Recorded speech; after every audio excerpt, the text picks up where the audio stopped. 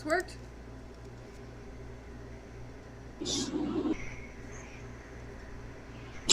We're live! There we go. Hey! We has returned. Shout out to everyone who, cast all those magical revivifies, healing words, prayers, and... Uh-oh. Lost friend.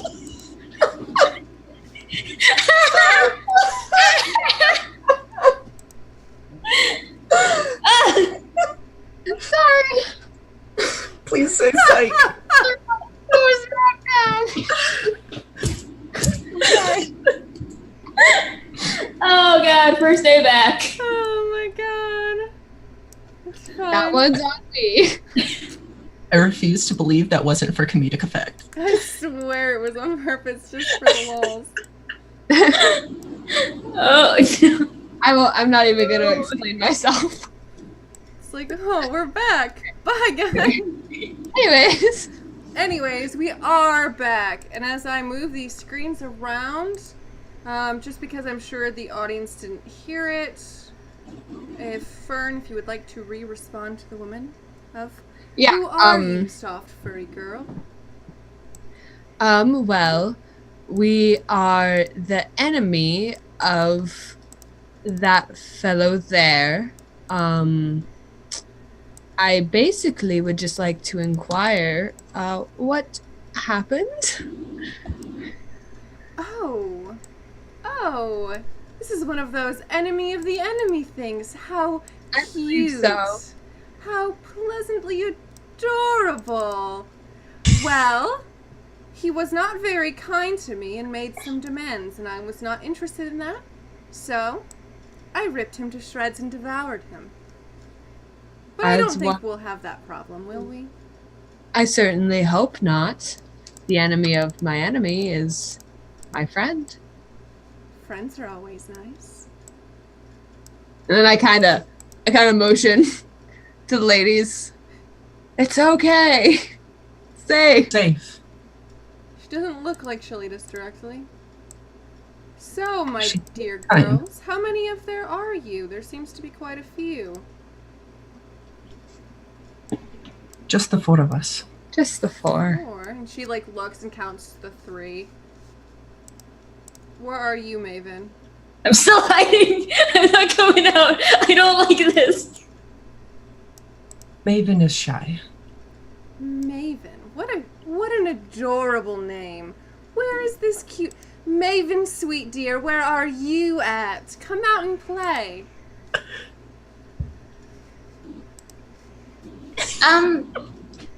Do I have to? Well, you don't have to do anything, but it would be more fun if we all came together as friends. I promise I won't eat your fingers. Will you eat other parts? I don't think so. If you all say what you mean and are honest with me, I will be honest back.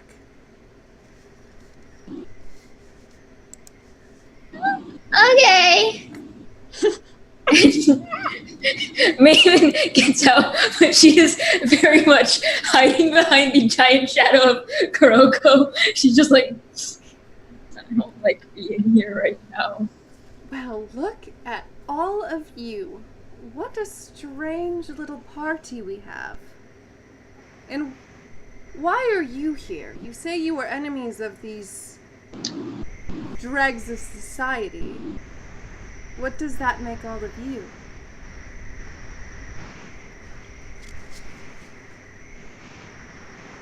I'm E. Just E. Just E. What a name. Just E. So Just E and Maven. I'm Fern. Fern. What a wonderful plant. My name is Kuroko. It is nice to meet you. Well, it is a pleasure to meet you as well, Kuroko. Oh, and this is Fribby. And I'll pull him off my head and present him in all his glory. Oh, that is so sweet. You do seem like such sweet young people. Now pray tell me, why are such innocent little people in such a dark, dark wood when there are enemies all around?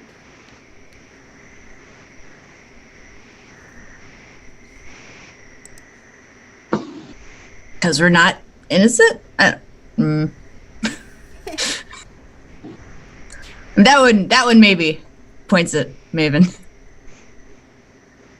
Who is difficult to see. Well, minus the druids, I don't often see smiling faces or scared faces. Normally adversaries that I have to kill. Most simple explanation is we were here to maintain the order, and it seems these red-cloaked figures are disturbing things around here. Do you talk to the druids a lot? Well, on occasion, they often use my... And she kind of splashes into the water a little bit. They use my water quite frequently as a travel back and forth through the woods. That's what this Cretan was here for, and I wouldn't let him in. Oh, well, some of us are also druids. Just thought you should know. Oh, quite lovely. Well, a friend of a friend and a friend through enemies is a friend of friends, of course. This is confusing. Well, That makes sense to me. well then, my friends, is there anything I can do for you? What are we looking for? What What? are you looking for? Hi again. What was them asking for? I point to the dead body. Well, he wasn't asking for anything. He was an asshole. But, and she kind of leans over and points, if you look right under those crevices of rock, there is a small tunnel in which druids often travel from one part of the forest to another. It helps streamline things to get to the circle, and I believe that is where they were headed. That's where we're headed. Oh, We're headed to the heart of the forest in order to locate the Sheldamore Valley clan. To tell them what's been happening. well, what a gift that I have found you here so quickly. What a gift. Would you like to travel through my waters? With your permission? Very much so.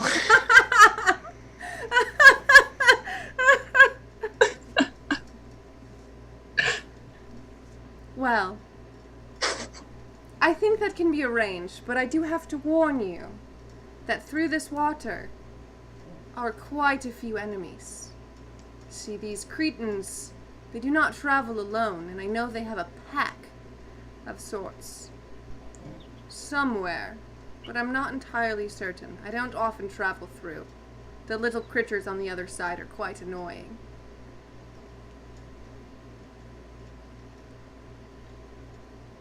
How long can you hold your breath for? A while, on my part. Average amount, I'd say. I Almost 10 minutes. tried.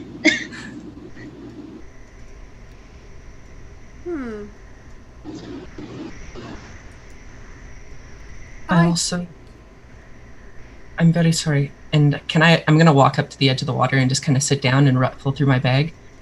As a symbol of trust, and I will pull out the merfolk blood and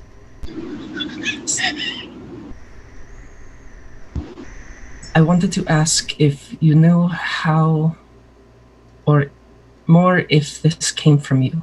It was found. Well, let me see, my dear. What is this toy you have? I will hand her the vial.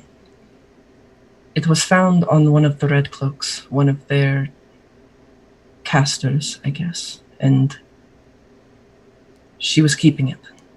If it is yours, I thought it'd be best to present it back to you. I think it's better to keep your own blood. She kind of approaches you with a smile and kind of leans up and pats your big head near where Fribby is and goes, "Oh, my dear, this is quite a kind gift, but I am no merfolk. I'm far She smiles, and you can see a row of very sharp teeth. Far more fun than that. No. I'm sure whoever this belonged to is no longer here with us today. Perhaps you should keep it and find a good use for it. I will. Thank you. Is it getting a little hot in here, or is it just me? Well, I can tell you this much. For this pool of water, you can breathe under the water, but once you cross the threshold of the tunnel, it is just regular water. So you will have to make your way through the rest of the tunnel to the lake on the other side without drowning. Now please do not drown. I do like all of you very much, but I'm not afraid to eat your corpse. Corpse is a corpse. A corpse is a corpse. Do not become one. I must ask, how long do you think it would take a strong swimmer to make it from that threshold to the other side? Strong swimmer for a mortal. Perhaps 1 minute? Can you hold your breath for 1 minute? I can hold my breath for roughly 15. Then it should be not to worry. And then she glances her eyes over at Maven, but doesn't say anything. Kind of just stares at her. Hi. Are you a confident swimmer? Yes? I don't know. I think I can swim. I've never really tried. Well, then this shall be fun. I will not assist you on this journey as it is not my journey. But if you would like to travel forth, I grant you my blessing. Thank you. I think. And after you defeat the rest of those nasty cretins, you are always welcome back. Perhaps we can sing songs.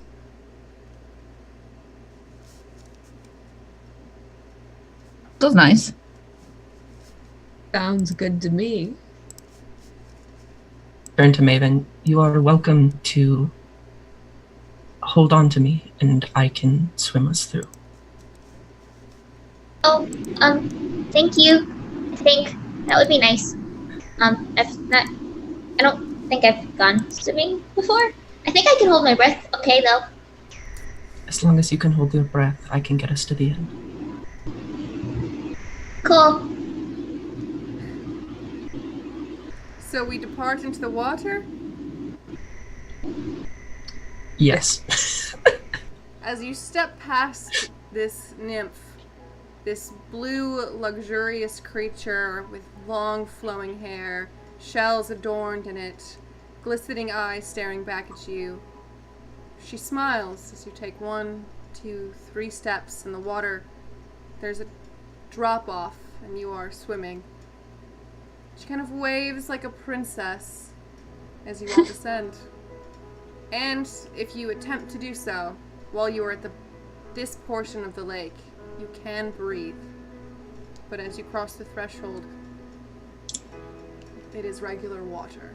And I would like all of you to give me athletics rolls to swim. Right. Oh no. I have a -1.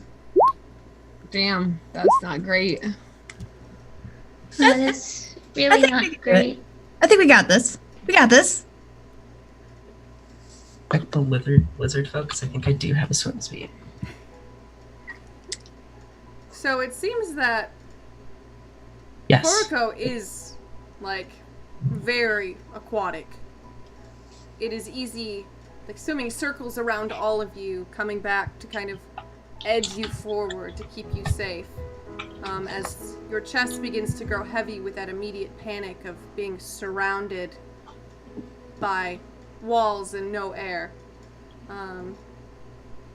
With a 30-foot swim speed, Koroko does begin to push you along to make up for the lack of skill some of you might have. But this cave is beautiful. And if you do open your eyes underwater, which I don't know if all of you are, something tells me in my mind that Fern is like plugging her nose and like covering her eyes so she doesn't get water in her eyes or in her nose with a 6. Yep. Very ungraceful. Hey, you know, not everyone's a fish. But you see small fish swimming around you, kind of rustling against you. Seaweed moving around, plants, flowers. It is a very thriving tunnel through this lake. And what is everyone's passive perception? 11. 14. 14. Mine says 15, and I don't know why. I think I have proficiency in it, so 15. Okay. So as you continue along, you do see, Mackenzie, small creatures swimming around the party. More of the humanoid variety, but they don't seem to approach you in any means. But as the party begins to swim, you begin to see the mouth opening, and this small creature kind of peeking its head at you as all of you swim forth. Just watching.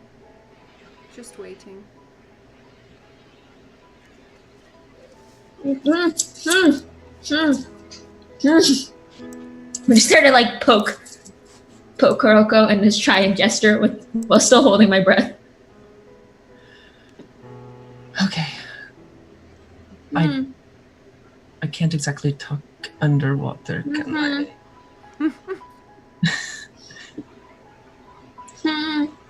And just her grip kind of just gets a little tighter on you. Is there a way that we can like go up for a breath before going all the way under? Because I'm assuming that it's like we're going through an underwater cave kind of thing. It's a tunnel. There is no place for air. The mouth opening is what will lead you to the exit to the cave, and that's where the small creature is watching you. I'll just turn my head and nod and begin swimming for the mouth of the cave. I would like to get some sort of weapon out. I don't think I can get my bow out because I need 2 hands, but I'll get like a dagger, short sword, one of those. Okay. Can you roll me a perception, Maven? I mean, I can, but doesn't mean I want to. Why not? That 24. So as you pull out your weapon and you stare at this creature, it's strange. He seems almost like a gnome. Very small. He seems to be smiling at you. And as you two lock eyes, he waves. Bob.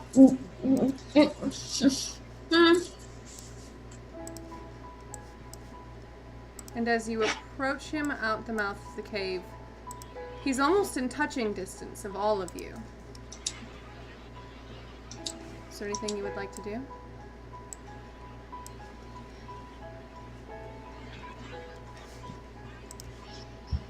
I don't think I see this guy. I'm pretty blind. Yeah, I totally wouldn't. I'm like barely holding my breath. Maven opens her mouth in an attempt to say it's a gnome, but all that comes in, no! And it just water up her nose, and she just buries her face in it like Kuroko's back in regret. And he laughs as you approach by with that. And as the bulk of the party swims past him, I would like all of you to give me a wisdom saving throw. Oh boy. Oh. I got a nat 1. You did get in that one. I'm I too busy sputtering and coughing and trying not to choke. I got a 4, but I'd like to use my halfling look. Okay. And that is a 13. Okay. Maven. See, I could use my divine favor, but I'm not going to because this is funny. as he laughs at you as you cough in this water, you begin to see 2, 3, 4, 10 of them all dancing around you, very joviously, all different colors, blues, greens, reds. And that's when the nausea sets in. Oh no. Oh. And the dizziness sets in. And Koroko, you can kind of feel Maven's grasp on you leaving as Maven falls unconscious underwater. Right at the mouth of the cave. Uh-oh. Bye, y'all. And the small creature begins to swim away into the darkness. I will be immediately grabbing onto Maven and trying to find the nearest place where I can get air. Okay. As soon as you cross the mouth of the cave, you can swim up, and you are in a dark wood, in a beautiful pond. I will pull her up onto just the shore area and check if she's breathing. Okay. If you would like to put your tokens where you are on the map. Grab I'm up Maven. like, what happened?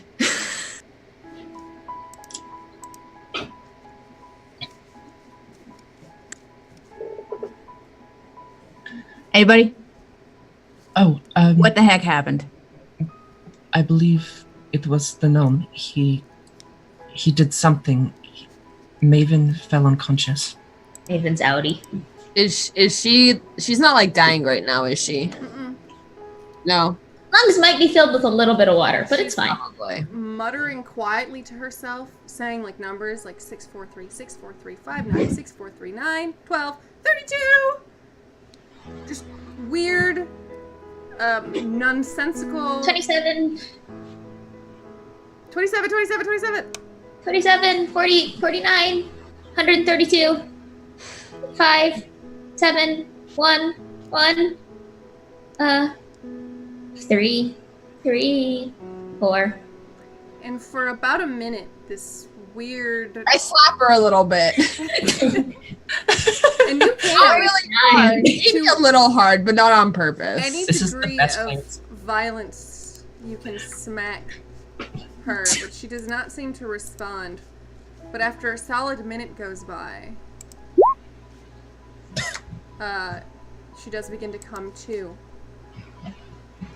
And Maven, increase your wisdom ability score by 1.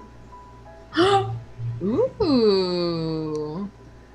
I got wiser. You got wiser, but you got fucked the fuck up. You are, You know- you wake up and you are coughing and you are spluttering and there is like no air for you right now.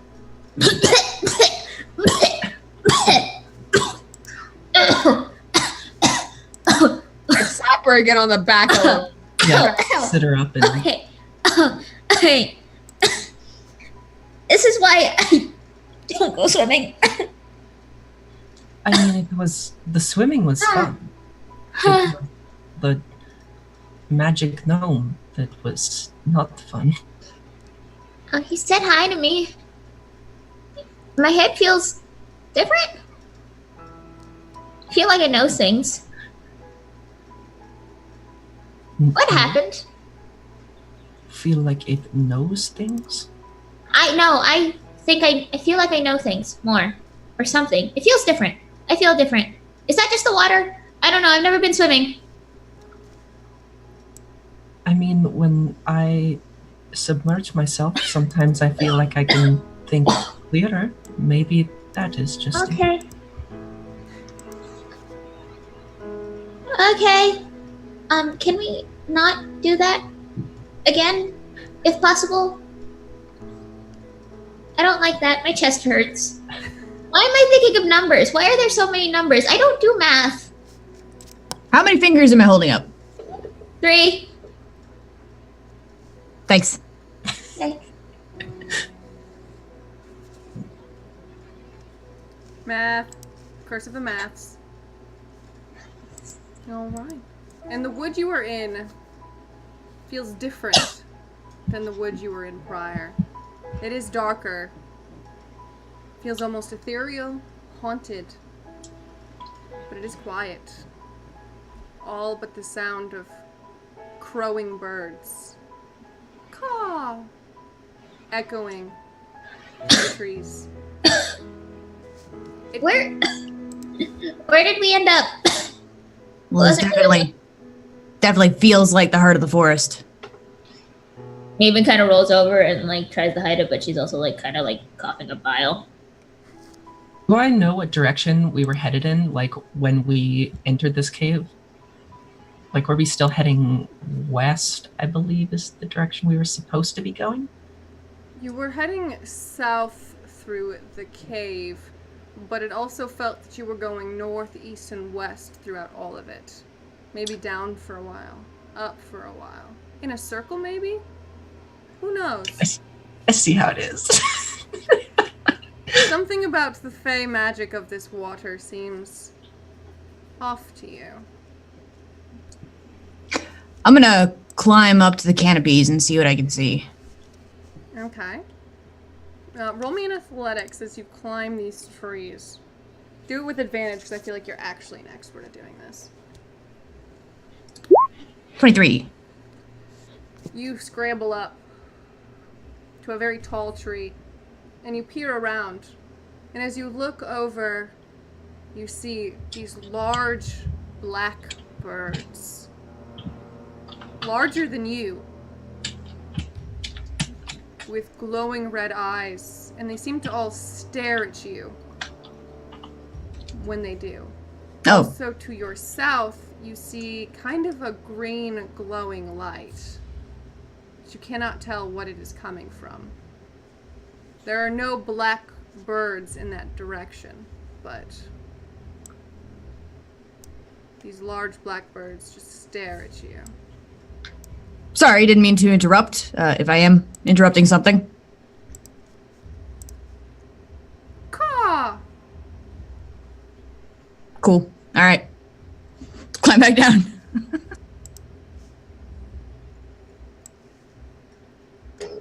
Okay. Yeah, we're towards the heart of the forest. There's glowy green stuff that away. I feel like that's probably the direction that we want to go in. If it's not the circle doing something itself, then it's probably the circle being under attack, in which case we need to go save them presently. Maven, are you going to be okay? Can you stand? I think I'm feeling better. I think I'm fine.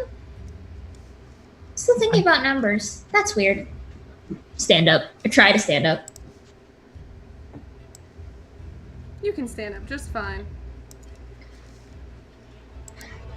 Just gonna wring out my braids. Just like squeeze. Squeeze. If you need, I could carry you, but No, I'm okay. I don't want to. You need your arms to cast things, so I'm okay. I'll be fine, I think. Let's just Alright. not do that for a while. we should head in that direction. Agree. Alright. I will. So we head south towards the green light? Yeah. Do we go Yeah. through the water or do we go around? Maven is not touching that water. Around. Okay. So as you walk around the circumference of the lake, it seems that these birds have all kind of perched in the trees around you.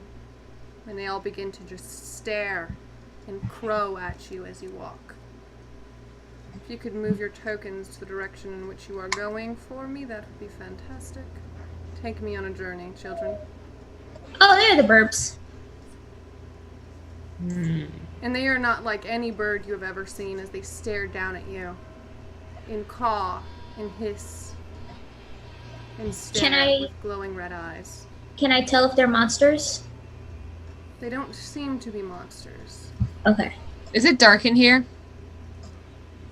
It is dark. It is dark. The lake itself seems to be letting off a glow, and in the distance you can see a green light kind of glowing from the distance. I'm going to attempt. I'm going to speak in Sylvan and just ask for permission to pass through this area. just because. Maybe it'll help. The bird that you face ducks its head down as all of its inky black feathers stand to attention, and it screeches at you angrily. What did you do? I asked its permission to pass through here. Was that a yes or a no? It seems angry, or not from this area. Maybe. I could probably talk to him if you give me a little bit. I can talk to him. I have a Ease. Oh. It is a spell though, so I don't know. How badly do we want to talk to the bird? Do we even know if it's what type or is there any way I can like make a nature check or something to see what sort of like what type or what class of creature it is? Yeah, give me a nature check as another bird lands next to it. There's a lot of burbs. I don't like these burbs. Or is it nature? Oh, it's not great. But you rolled Oh. great. Maven, these creatures do not feel like they are alive. Oh, They do not seem, you do not see air. You don't see the chests moving. They seem very alert, very angry. With They that, seem can I like actually make... Sorry. What do you want to do? I was just going to ask if I could make an Arcana check, seeing if Maven is probably shocked by the fact that they're not alive. If you want to. I don't know if that's Arcana. Yeah, I'll attempt it. Okay. Hey, 23 is good. Maven is not shocked. Maven is just sort of like, oh, I don't think these are actual animals. I'm pretty sure they're dead. And Undead. Koroko, you do feel that aggressive energy of an undeath magic kind of pouring off of them. You do also sense a form of divination magic coming through them. As they caw angrily at you from atop the trees. You're right, Maven, they are not alive. They are some kind of... maybe magic familiar. Someone is watching. I would like to pick up a rock and chuck it at him. Oh. Get out of here! Oh no. Are you attempting to hit one of the birds? No, just scare him. Get him to do the bird thing where they fly off. So you throw a stone in between these birds. And one of them soars into the air, and you think perhaps maybe they are attempting to fly away. But it just floats to the tree the other side of you. And it stares down at you. Do not like that someone is watching us. Honestly, Maven just starts cycling through the languages she knows. So she just tries an Infernal. Hi! And then Abyssal. Hello? And then Deep Speech. Hi, hello? Are you watching? And just kind of try, and then common.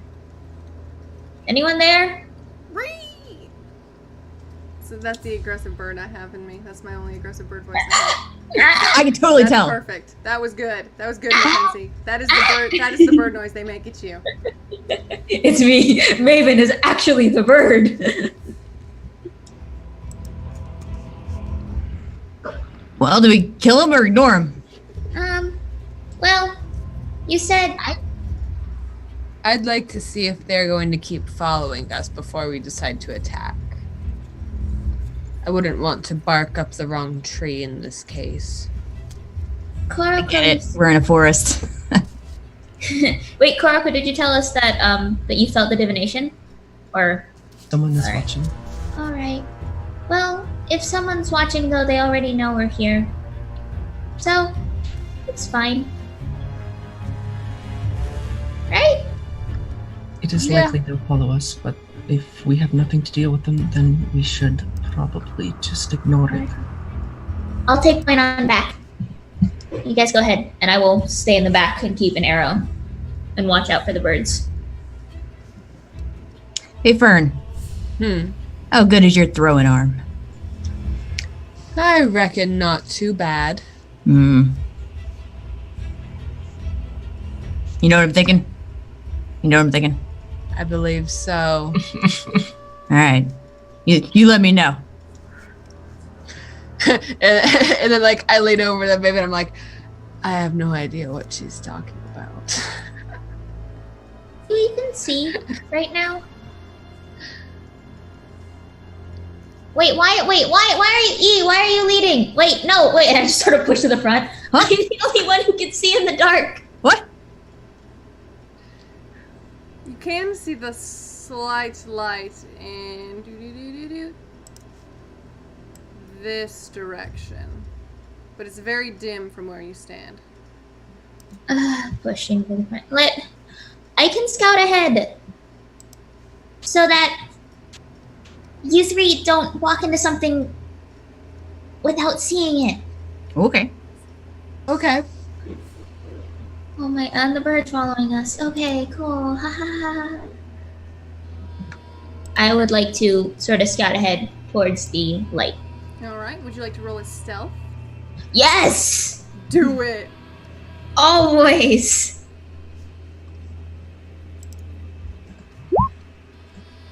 It's a 14.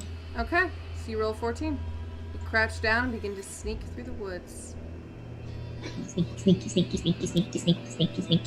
In the meantime, can I do the seeing through my frog's eyes because it has 30 feet of dark vision? Yes, you can. Lovely, thank you. And when the second you begin to see it through, Sorry. I also have the light cantrip. Sorry not to interrupt. Just thought I'd put that out there. Unless we're trying to be stealthy. okay. We may need. But the second you can see through the eyes of your familiar, it seems that there are a lot more birds than you predicted. Watching. Raven knocks an arrow and is keeping an eye out as she sneaks forward. And from where you stand, you can actually see a creature 30 feet ahead of you. Oh my Seems good. like Oh, a horse, perhaps. But it is green. You don't know too many green horses. And it emits this wondrous green light. And as you kind of peer forward, you see a large horn sticking from its head.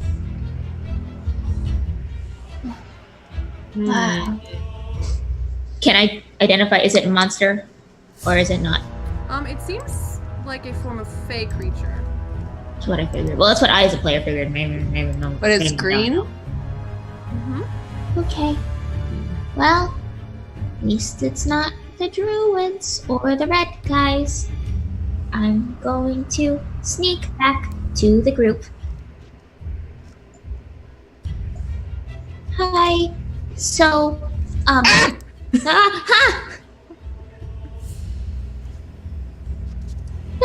Who said that? It's me. Hi, I'm back. Thank you. So good news, it's not the Scarlet Brotherhood. It's making the light. But it's also not the druids. It's a green horse thing. It has a horn. I don't know what it is. It's not something I've seen, but it's really pretty.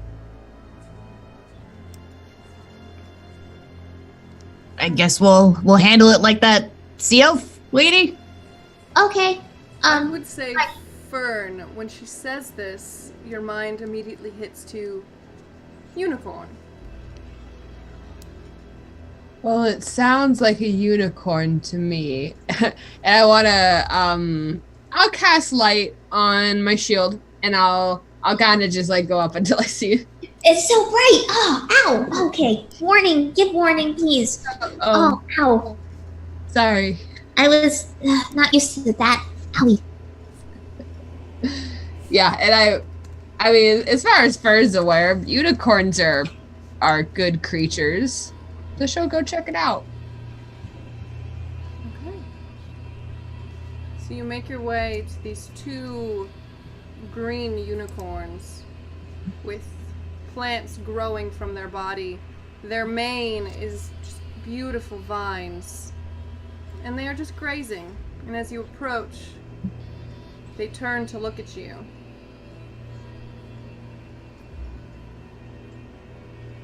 Maven is still staying back because Yeah, that's can I make a nature check to maybe see like why they look so plantish, viney? Sure.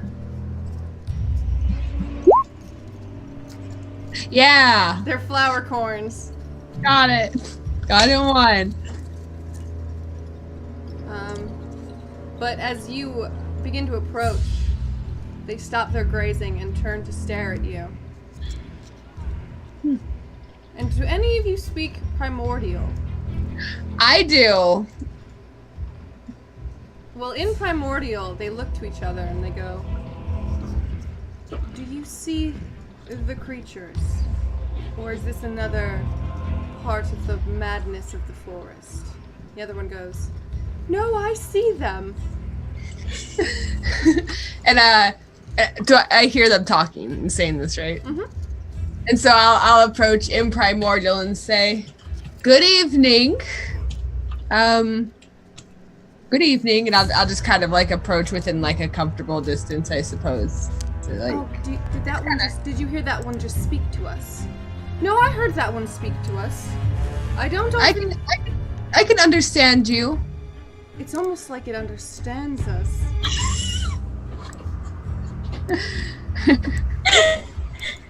And as they just bicker over at you, these birds begin to close in. And they look around, and then they look at you and go, "Do you think they brought the birds with them?" Not to interrupt your conversation, but would you happen to know what the deal is with all these birds? Oh, so they did not bring the birds. Well, it seems that they are in grave danger. Oh no. Do you think we should help them? Now, you know we do not help the mortals. Yes, but they will get ripped to shreds. Yeah. And they just continue this little argument as these birds begin to close in. All right, I'm gonna turn around, go back to my friends, and be like, "Hey guys, I think we might be in danger."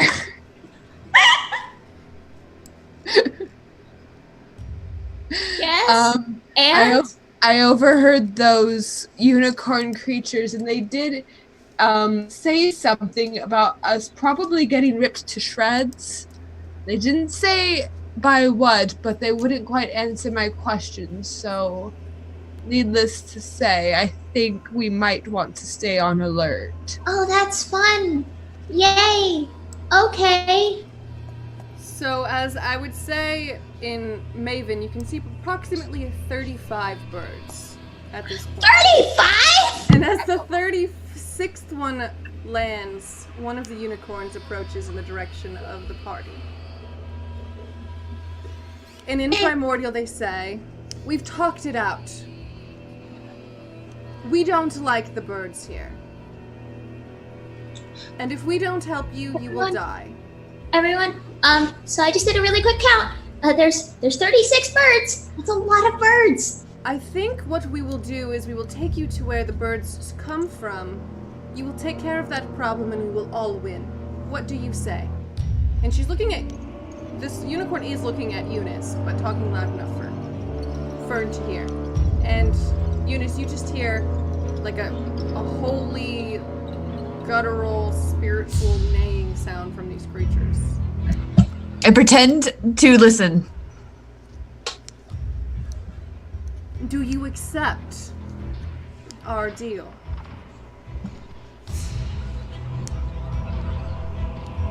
Yes. Well, in that case, well, you're quite large, so I suppose you cannot ride on me with another large person. You'll have to balance out the weight, but we will take you. But only if you get rid of the keeper of the birds. And the rest of the party, you see these two unicorns approach and kind of lower their lower back, like their lower legs. It's an invitation to climb on. As the cacophony of the screeching birds is almost deafening. Okay. Fern, this is fine, right? You said this is fine? Okay. Yep, we're just gonna go defeat the keeper of the birds, apparently. How many birds is he keeping? Too many. Two times too many. Okay.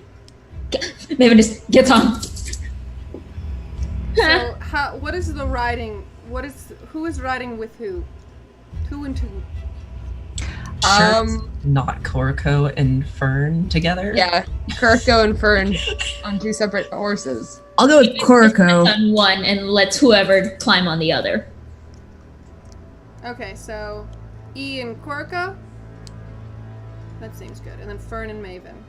So as soon as you've almost steadied yourself on this horse, Korko, well, this unicorn, before you've quite gotten your leg over, the birds begin to kind of come in, swoop in, and these two creatures are in a blur. And you have to cling to each other, cling to vines, cling to the grassy fur on these creatures, desperately as you run through this forest, as all of these screeching birds kind of swoop in after you. You kind of have to duck, and you have to swerve. And I'm gonna see if Furby will let me pick him up, just so that I can put him on my head, and then I can be on Koriko's head, and have like a totem going on. And then if the birds get too close, I'll start, shadow boxing. what do you say, Koroko? Are you asking me out loud, or are you just... Well, I'm gonna start moving towards it, but I'm gonna do so slowly, so that anybody can stop me. You know, I can make him appear and disappear. If you do not... But you want his eyes, right? I think the horses know where we're going, but... Okay. But I get to stay here, right? If you wish to sit on my shoulders, you are free to. I will protect you.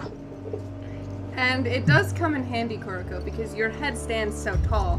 There have been a few instances where one of these could have just knocked you. Where, probably in your temple region, but an angry E is able to swipe them away. Get out of here! As they screech and caw, it seems they disappear into the mist after you hit them, and more kind of take their place as the speeds go. And these creatures that you are riding, these unicorns, seem to be dodging trees at a breakneck speed.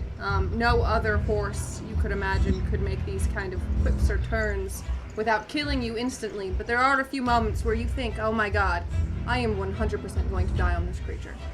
Oh my god, I'm gonna die! It's always like that one friend you go on rides with who goes, I'm a great driver, and then drives 40 over the speed limit.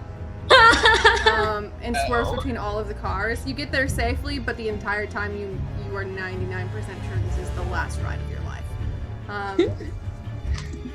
And I'm not gonna lie, what is it? Maven's holding on one hand, but the other hand, she's like actually like reaching back to like hold on to Fern and like make sure Fern stays on. and you barrel through. Eventually the amount of birds begins to lessen and lessen, and the speed of these creatures goes into more of a trot. And they kind of line up next to each other, and they begin to discuss, well, that was quite a ride. Oh, that was quite a ride. It was quite scary, wasn't it? Well, I wasn't afraid. I knew from the moment we got on these mortals hopped on us, we would be fast. And it would be fine. And they just keep kind of talking to each other as they trot along, slower now, as the trees begin to grow more scarce and far apart. More light is beginning to hit the ground around you. Is there anything you would like to say? To ask the creatures to anything before? Are they... Fern, are we close? I asked that to the unicorns. The one riding me is speaking to me now. Why, yes, we are close. We are close to the underground hut where the Birdmaster lives. But I warn you, it's scary there. There are quite a lot of horrifying things. I think there was druids there recently, but I don't know what happened to them. Great. What's he saying? Or what are they saying? I pass it on. Okay. Can you ask what the Birdmaster looks like? I asked that. Well, 2 legs and 2 arms, I know that for sure. Long hair. I don't know other than that. All humans seem to look quite the same. I believe it's a human. Possibly Yeah. one of the red cloaks. I'll ask the unicorn. Do you know if he happens to wear a red cloak? Oh, it is asking me about things they wear. Adornments. Adornments! Oh, I do not know the answer to that question. I don't quite know what you call your colors. We see things far brighter and in more detail. You know what? That makes sense.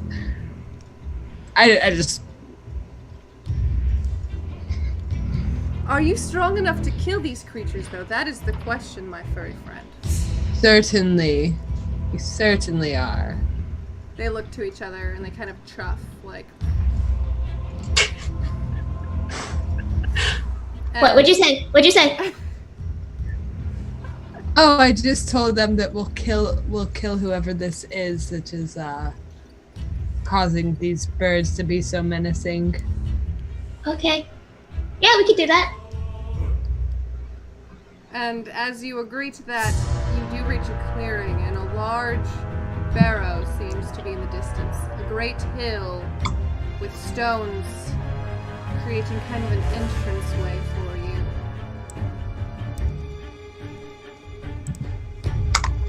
you. All right. And you can enter yourselves at the tip of the... Yes.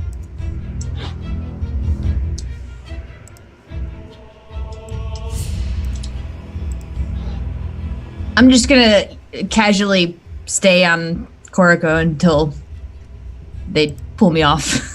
And the unicorns do kind of stop at the edge. And they look up.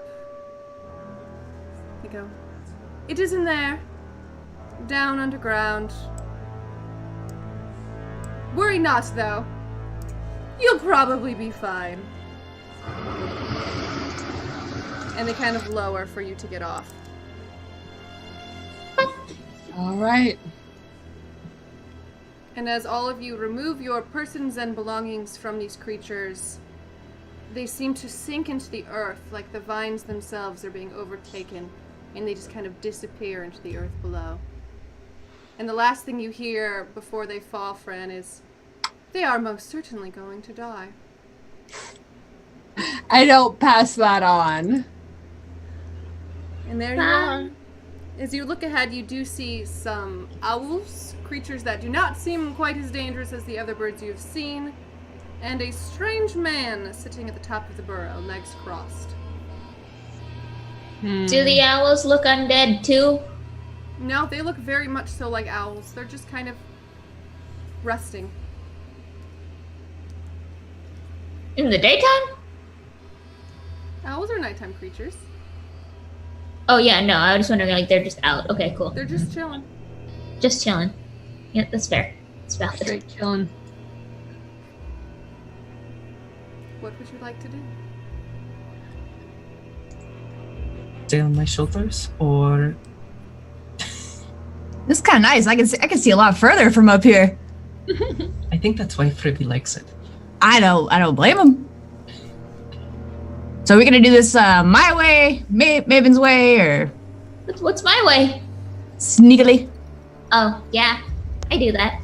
I mean, you're not very sneaky up there. So, How about now? no, I can still see you. You're really tall. Start burrowing into the headdress. It's like, I got this. No, I don't. Well, I mean, if you want to go first and I can just go around the side, if you want to do that. Yeah, we can do this my way. Alright. I will peel off. I'll hop down, Oh. crack my neck. I start going along the stone pillars. And the entire time, this strange horned man is just watching you, tapping his fingers. Hey! Hey, you! Hey, guy!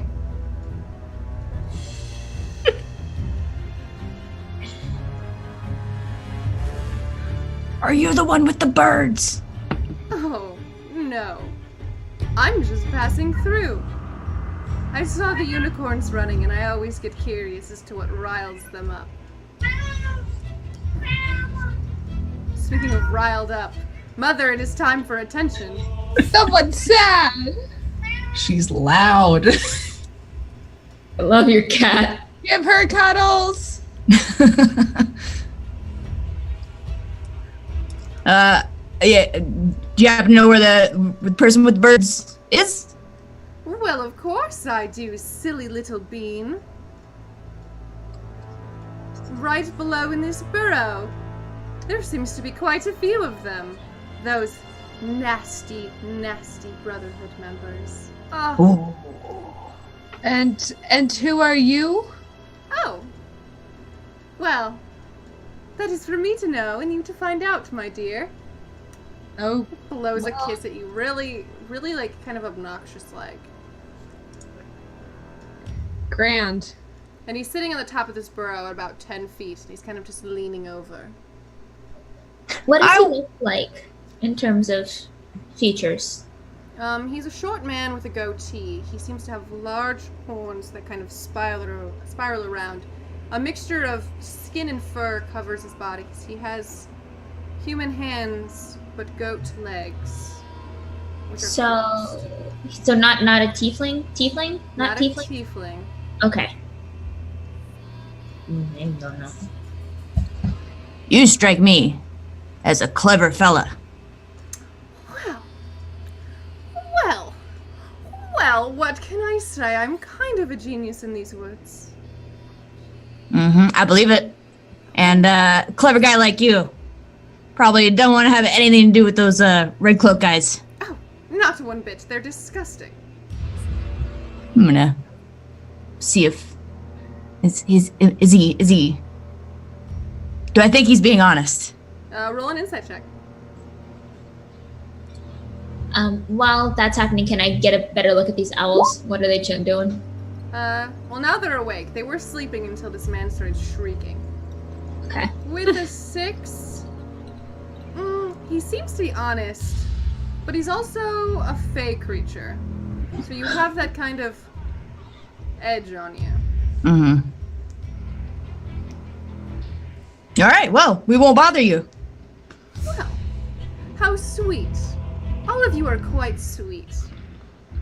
I'm going to feel quite bad when you die. I'm sure the unicorns told you, right? I don't speak unicorn.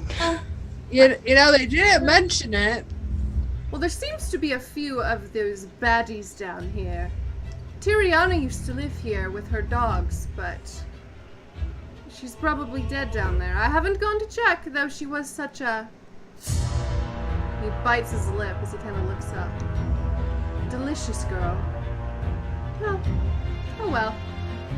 And he points to E after that and stands up. I want you to do a good job, young lass. And he grants you bardic inspiration. Before he I will do so good. And he turns around, and his little goat tail kind of wiggles as he walks away. Ta-ta! I'll see you again soon, hopefully. I hate satyrs. Did he say he ate someone? Said something was delicious. That could mean a number of things. Yeah, I think he definitely meant that he ate someone. Well, it's none of our business. Y'all are so parent. Anytime anyone calls anyone delicious, it's automatically food related. Maven has no other context. That's true. Not often do you hear the disgusting talk of how delicious someone is. No, Maven does not know. Maven does not know. Maven does not know what a snack is other than actually something you eat. Precious girl. Would we like to delve within, or is there anything else we would like to do out here? I would like to see if there's an alternative entrance. Okay. You can spend some time wandering. Roll me an investigation check. Now, I'm gonna tell everybody what I'm doing too. So if there's only one entrance and exit here, then, you know. Okay. Hey, that's a nat 20. Ooh. That is a nat 20. So you aggressively search high and low in this area, scouring for another entrance or exit to this terrible place. You don't seem to find anything there, unfortunately, but you do find a lot of druidic carvings and books that make you believe that you are close to the circle. I'll bring one of those books back to Fern and just hand it to her. Okay, cool. I dig it. There's a bunch of stuff like that right over there. No alternative entrances, though. This is our only shot. Well,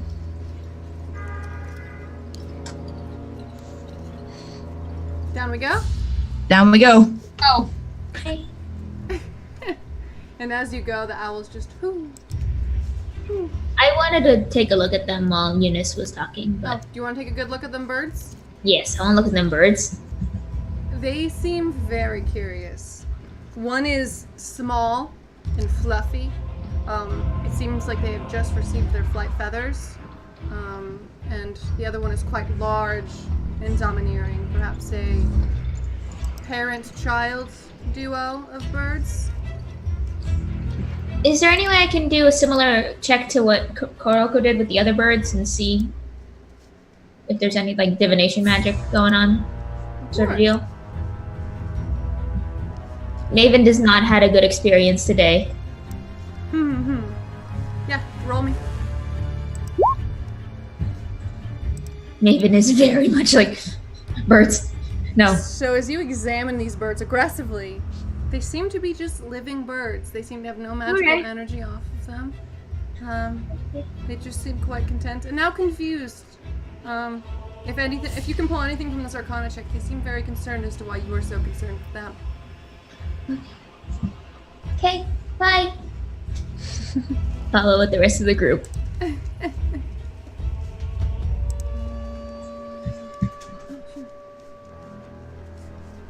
All right, and then I will move you then to the new location. See if I can get that working while I find my face. I lost it in the overlay to the Great Beyond. As it happens.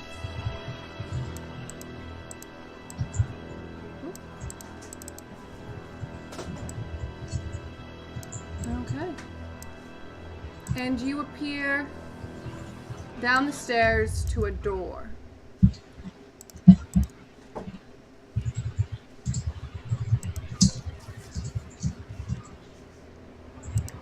So I've never worked with a group before necessarily. Happy to have you, don't get me wrong, but is there like a protocol that y'all follow usually with this kind of thing?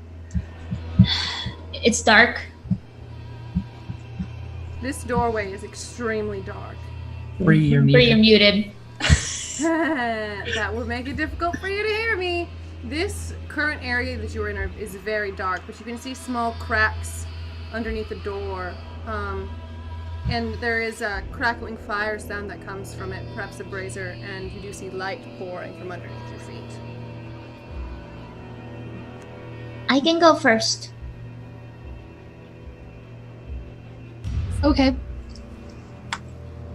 Don't I go. I'll go second.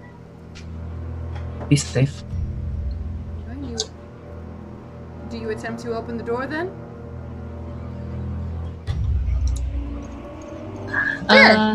Yeah, pretty much. Well, unfortunately, it is locked. No. It is a locked door, your first locked door. No! Oh, I should have taken that level in Rogue. I thought about it, but then I went, nah, it's fine. I'll back up about 15 feet and I'll be like, this is my jam. And I'm gonna run. Oh no. You're gonna ram the door? Yes. Roll me Absolutely. an athletics.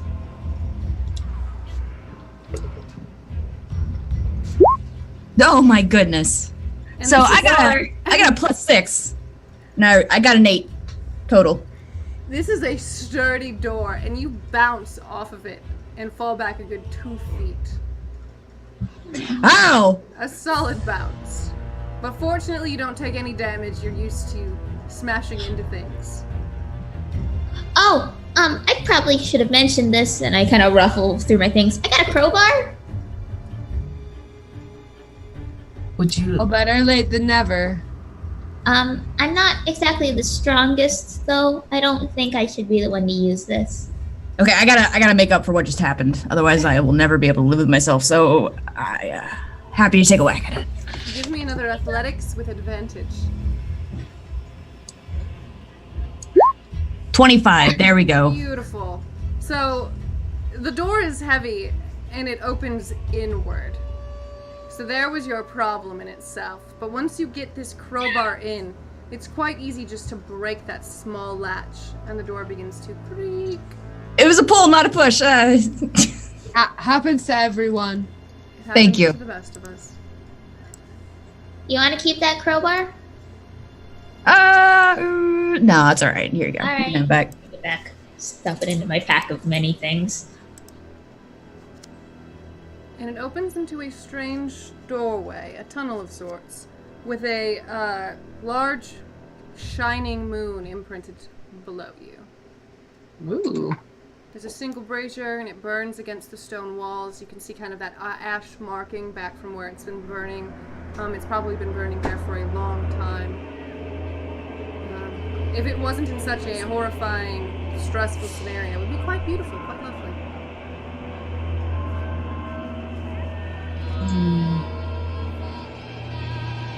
Is the moon runic in any sense, or is it like? Does it look arcanic? I don't know the word. From looking at it, it doesn't seem to be magical of any sort. It seems to be a form of decorum. Probably something druidic.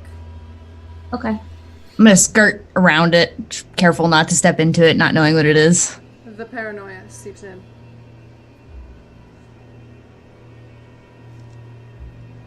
If it's druidic, would we recognize it? It seems to be a symbol of some sort of sun god, perhaps. Okay. Maven crouches by it and sort of like feels it. Is it like if it's engraved in, or if it's painted? What's it filled with? It seems that it was painted on there, and you can see the chippings from where the stone has broken over time. Okay. Huh. Would Guess you, this was. you what? have the impression that perhaps a druid once lived here. Guess they weren't lying when they said druids used to be here. Seems so. Okay. Do you see there is a door here? A door here, and then the door right here.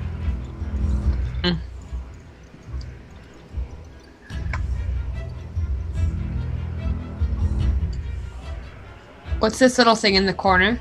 That's the brazier. Ah. It's warm, it's comforting. It probably feels great because you were all kind of like firm, sticky, like that kind of, you jumped into a lake kind of like firmness on all of your clothes and fabrics. Probably quite chilled after that run, though it did dry you off quite well. It probably feels great on your bones. Can I listen out and see if I can hear activity in through some of the doors? Yep, walk to one of the 3 doors and tell me which one you We'll want. do the one closest. This one. Oh, I'm standing in the door. Okay, You're well. in the door now. I'm in the door. There, that one. Roll me a perception. I will do that. This character is actually wise and is good at perception. Hopefully. Well, I mean, you did get a +1 perception race, wisdom, so hopefully. That doesn't increase my ability score, so 15. Or my bonus. You didn't quite hit that. Okay, that's okay. With a 15, you kind of press it to the little lock hole, and You believe you hear the sound of breathing. Like heavy breathing, perhaps sleeping? Human breathing, bird breathing. Humanoid breathing, yes. It doesn't seem like a creature. Put my finger to my lips. And then I'm gonna sneak to one of the other doors. Or not sneak, but like quietly just walk over. Which door next? That one? This one, yes. Okay. Same rigmarole. Mm-hmm. But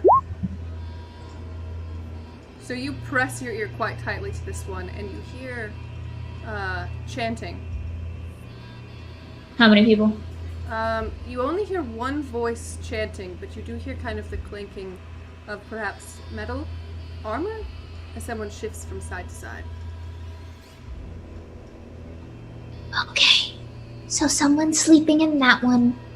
There's someone in armor chanting in that one.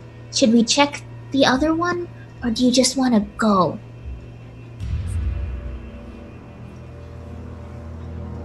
I think we're hunting for the one that controls it all.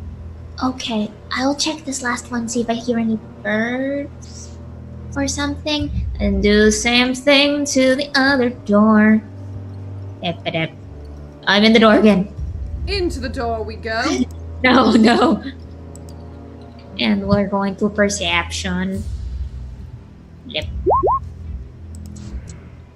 That's not as great. You think you're hearing a quiet conversation through the door, but you can't make out what they're saying. Maybe two voices? There's 2 people in this one.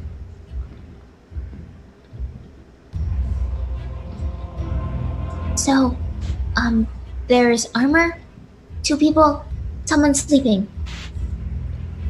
I think it would be unwise to go to the last door, because if the people in the other rooms hear us, they can blockade us in, and we don't know where we're going. Okay. What do you want to do? There's a chance if we open the door with breathing, they might just be sleeping, and we can Okay. look without We can murder them in their sleep. Okay. angry child. She's like 40. I'm getting used to it. So angry. Small angry bean. Yes, but remember, Kuroko sees humanoids as mostly the same. Yeah, I'm not bothered. So are we opening the door where we heard sleeping? Yes, that one. Yes. Are Yes. we throwing the door open or trying to open it quietly? Quietly. Whoever Quietly. opens the door, roll me a stealth. Are we doing crowbar? Is it locked or is it unlocked? It doesn't seem locked. It doesn't seem to have that same kind of latching mechanism. I'll take it then. Alright, roll me a stealth. Have my hand on one of my, I don't know, dagger, short sword. I don't remember what weapons I have. It's been a hot second. Ugh. Okay. That's it. With that, the door opens with a slight creak. Sorry. But there is a sleeping man in a single bed. There does seem to be quite a few beds in this room, though, indicating that quite a few people rest here. Is it dark, light? There are 2 braziers in here, so there is light in this room. He seems to be very obviously wearing red. Yeah. Okay. All right. I'm going for it. I'm making a move Okay. quietly. Gets there already and just presses up behind the doorway. I'm gonna do like a serious attempt at stealth. As soon as I get to the edge of the bed, I'm gonna duck under the bed and I'm gonna crawl up under the bed. I'm gonna get here beneath the bed. It's beautiful. You're Mission Impossible this. Exactly. Yeah. In my head. Okay. Claws out. Okay. Are you going to strike? I am. I'm gonna leap up onto the bed and I'm gonna sink those knives into his skull. Try to. roll your attacks with advantage, my dear.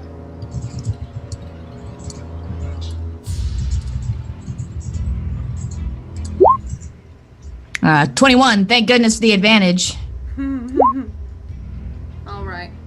And I'll say because of the nature of the beast, the way he is sleeping, the way it all happens, the way you hit so well, I would say you are easily able to assassinate this target. Yeah. It's not honorable, but couldn't give him the chance to wake up. It's fine. Did you do it? Is there anyone else? I don't think so. I would like to be a trash child and root through everyone's things. You begin rummaging through all of the beds. All of the beds seem to be empty. Hearsay for like an empty flat or other things. Are you also interested in opening the chests? There are chests? There are 2 wooden chests at the side of the I would like to first check and see if the chests are trapped, Okay. but I'd like to open them. What is that roll? What is that I have roll? no I always idea. forget. I never check for traps in any way. Investigation? I think that sounds right. Roll me an investigation check for which I one? For both of them? We'll do the one close to the bottom. Okay. Eh. Yeah, it doesn't. I mean, it looks like a wooden chest. Okay. So you spring it open, and it's full of red robes. All different shapes and sizes. Soft silk. Quite luxurious and expensive. With the S insignia on each of the lookups. Hey, I think I found a way we might be able to not sneak, disguise. Hold up a couple. I don't know if there's one in your size, Kuroko, but we could probably patch a couple together. Start hucking a couple under the beds. I will take one, put it on. And you do seem to be able to find ones that fit all of you, as they were neatly folded, probably about 50 or so in there, ranging from the smallest to the largest of sizes. Maven gets in one and is very uncomfortable. It is uncomfy. Feels all wrong. It's Feels so wrong. soft in all the wrong places. She tries to put the hood up and then just has immediate regret and puts it back down. I kind of look like Christmas. You do look like Christmas. What's a Christmas? They don't have that in the Dreadwood. No. I would like to look at the other chest. Unless someone else wants to look at the other chest. Going once. It's not a strong desire, but I'll do it. I'll do it. Okay. Roll me an investigation check. Unless you're you not need- checking for unless traps. you don't want to check for traps, Unless yeah. you're just opening it. You tell me. I'm I not in don't- charge of her destiny. Woo woo. So, as you go to this chest, you begin to see that a strange set of wiring is around the edges of the box. You think that opening it would trigger something. I think this one might have a trap, but I wouldn't leave it to me to disarm it. Okay. Who's got a steady hand? Is it me? It's me, isn't it? I think it's you. I Oh think no. Would you like to disarm this trap? Yes, what roll is that? If you don't have proficiency in Thieves' Tool, it would be a dexterity. Okay, just straight dex? Mhm. Okie doke. Yeah, Oh, wonderful. You begin to pry at these wires, and you feel very grateful, too, with the amount of gunpowder involved in this. It seems like a very explosive thing, and it is an awful thing for you to touch as your hands kind of move the wires, and you want to shake because you know one foul move could set this entire thing ablaze. But eventually you begin to separate all of these wires and put them on the floor around you, and you feel confident enough to have this chest opened. I'll pop it open. Now this one seems to have some goodies in there. Who's a good writer? Who wants to write this down? Wonderful. There is a set of gold bangles worth 300 gold. A few, I'd say around 6 pewter rings worth 5 gold each. 2 healing potions. And a strange crystalline ball.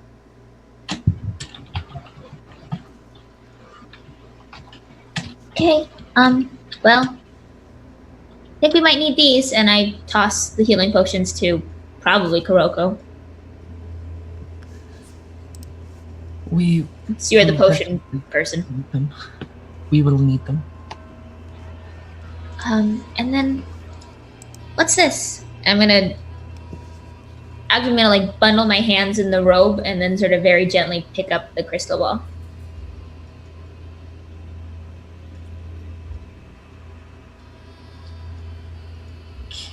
I have never seen something like this. Anyone? Possibly used for divination. That is my best guess. Is it possible to sense if it's magical? I would say that you could probably tell by looking at it that it does seem to be some sort of divination tool. I'm gonna cast Detect Magic. Oh, you detect the magic, but you also feel from this orb, you do feel this school of magic of divination kind of radiating off of this. You definitely can sense that this was someone's scrying tool, perhaps one of the Scarlet Brotherhood members who live in this room. But as you kind of look around, you do sense magic coming from all corners. You sense the nature magic coming to you from the south, like a harsh mixture of necrotic energy coming to the southwest, and then to the northeast, another strange magic that you can't seem to put your finger on. I pass this along, of course.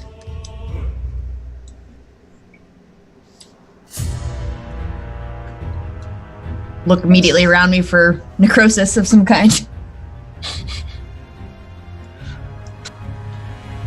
Is that the birds? Could be. Okay, well, I don't really want to hold this anymore, so someone else take it. I'll just...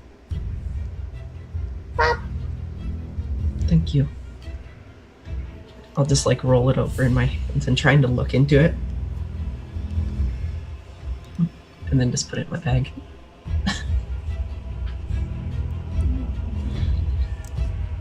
We should come.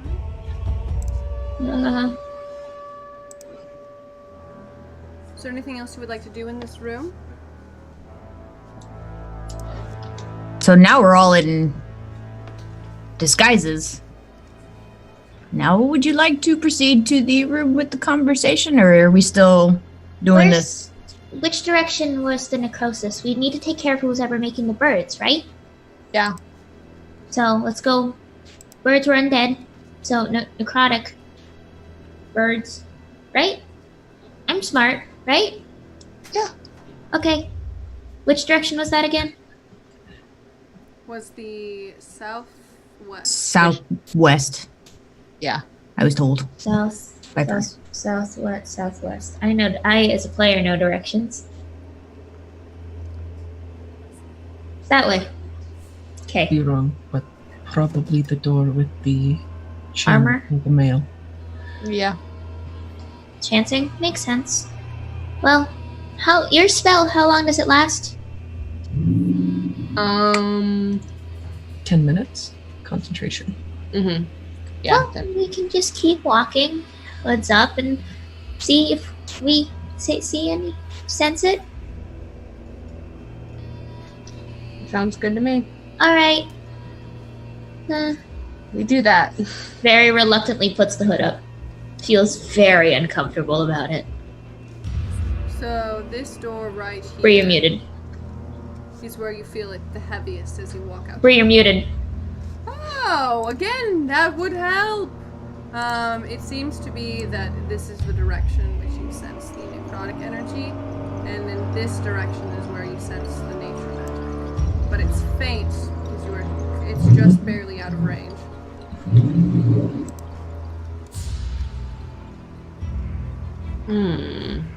The nature energy may be to do with the druids. I thought the druids Just kill them all. killed. I thought they were dead. Oh my god, can the motorcycle not? Vroom! They may be dead, but the magic they left here may still be active. There were people talking.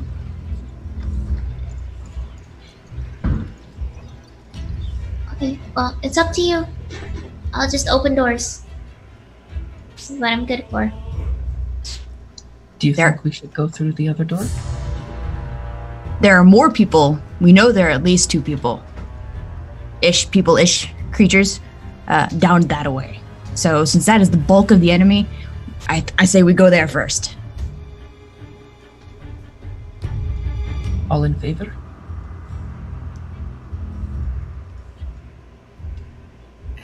Let's go there first. Let's go. I'm not good at making decisions.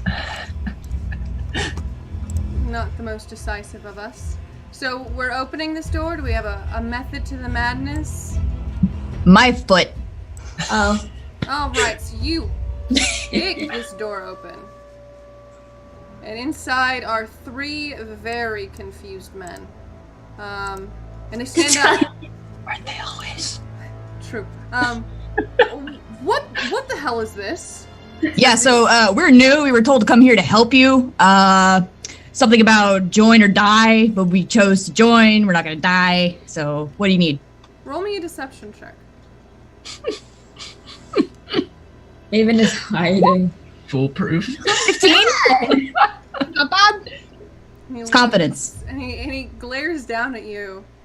And this man also has very pale skin and but does not have the bright blue eyes that you would know a common soul to have. And he glares at you and goes, "We're just letting any swine in, it seems. Well, we're just sitting guard of the prisoner. She hasn't stopped crying, though, since we've taken care of her dogs. But she has to stay alive, apparently. I don't know why. I'm sick of it. I think we should just kill her now. But alliances, you know. Well- Alliances. Obviously, you look like you have something a lot better to be doing. So why don't you have us watch her? Well, and- I'm not really watching her. It's the guards who are watching her. I'm just here because there's nothing else to do in this small burrow. It's quite That- boring. The priestess won't let me touch anything.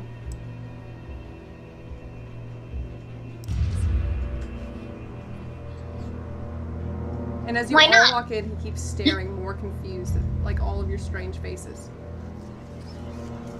Why not? Why can't you touch things? That seems very unfair. Because the stolen things are not to be touched. Perhaps that's what you... Is that what you are? Are you guys the scrappers? The ones who keep stealing the nice art pieces? Yes. That makes sense. No wonder that that she's been allowing these strange people into our home. That makes sense. Well, as you know, we need the art for the one. Of course. Well, would you mind showing us the art? No. The priestess is in the middle of a ritual right now. She's watching for something. I don't know what, but I'm not getting involved in there. The last person who did, she took his head off her shoulders and threw it in the brazier. Awful. Well, when do you think that'll be over? Because we do need to talk to her to get this art. It's important. Yeah, that is important. And he looks to a guard, and these guards they have not said a word. They've just stared at all of you in silence. They're wearing metal armor. They don't seem fool at all. They seem kind of glaze-eyed as they kind of stare back and forth. That's a good question. I could go ask, Ferdinand. He's sleeping. He might know. Well, no, we can just go ourselves. We have to learn how the complex works anyways, because, we're going to be staying here for a little bit, so I have actually stuff to drop off, so I can go. Thank you, though. And the entire time this is happening, you do hear a soft crying to a doorway to your south. While their attention is on Maven and their back is to me, I'm going to be making motions like, Maven's not paying attention. Maven's focused on not dying. Not knowing these very well, these gestures, I'm just gonna make a strange look and nod.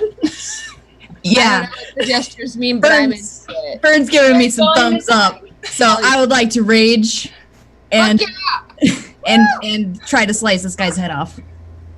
Okay, I will give you one surprise round, Eunice, and then we will all roll for initiative. Roll to hit. Are you hitting the guard behind you or the man in red? I'm gonna go for the man in red, thinking he might be a smarty pants. Yeah, well, he seems kind of like a dick, so. Yeah. So, about this art roof. Yeah. Ah! That is an 11 to hit. An 11 to hit. So you do successfully go into a rage. But as you kind of go up to slice this man, he kind of turns away and his elbow hits your wrist to kind of push you away. And he's like, "What the hell? The hell is this? What the hell are you doing?" Ah! What are you doing?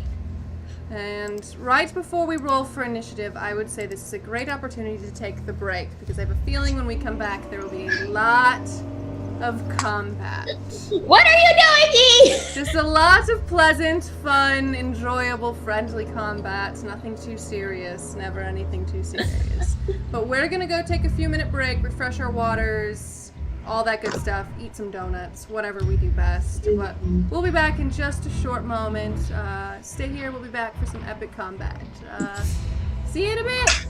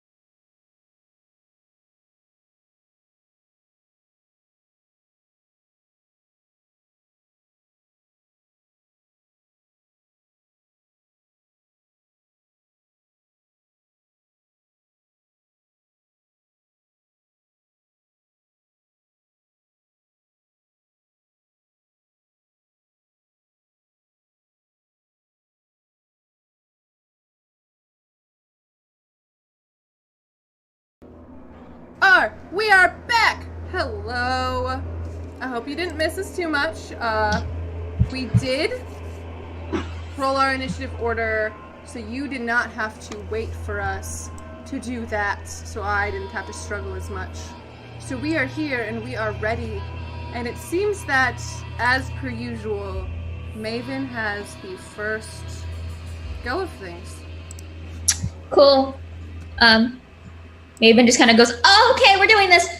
Pulls and then does her double longbow with the. I'm gonna actually pop this in the chat because I don't remember what it is.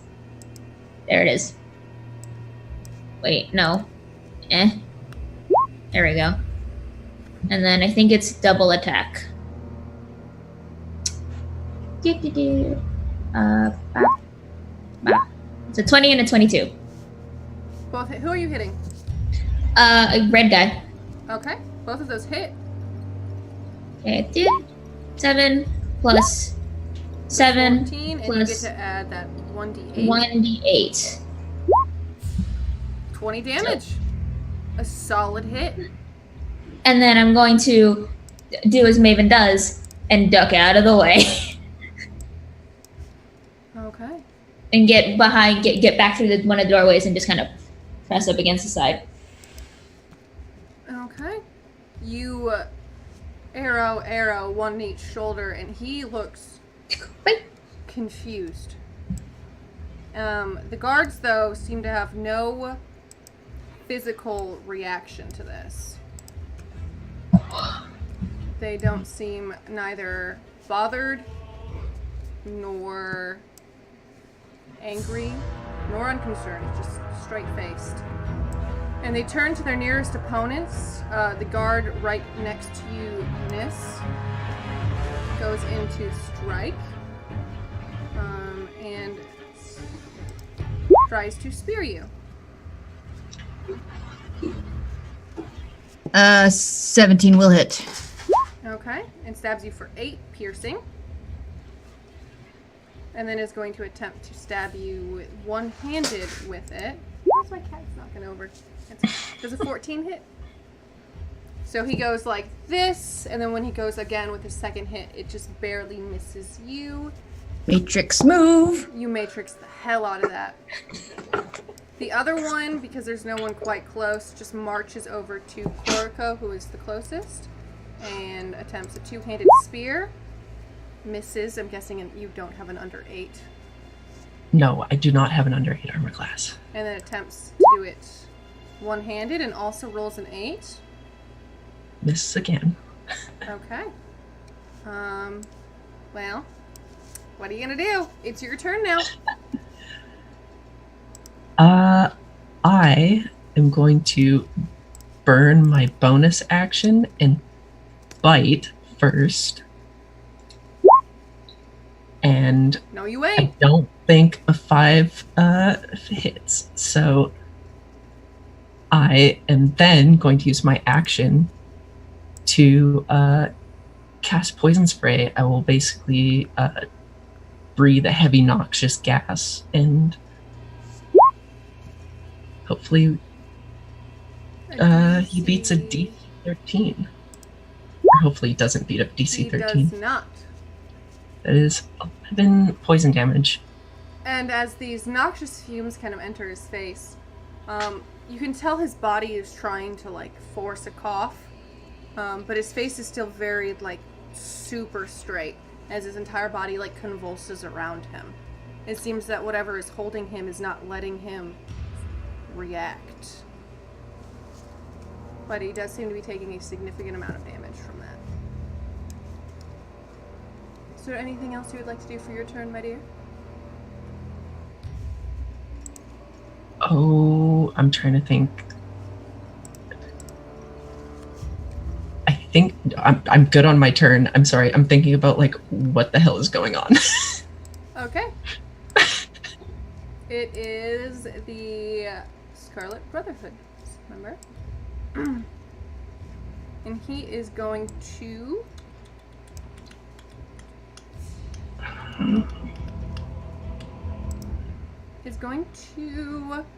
touch E, who is right behind him, and casts Inflict Wounds.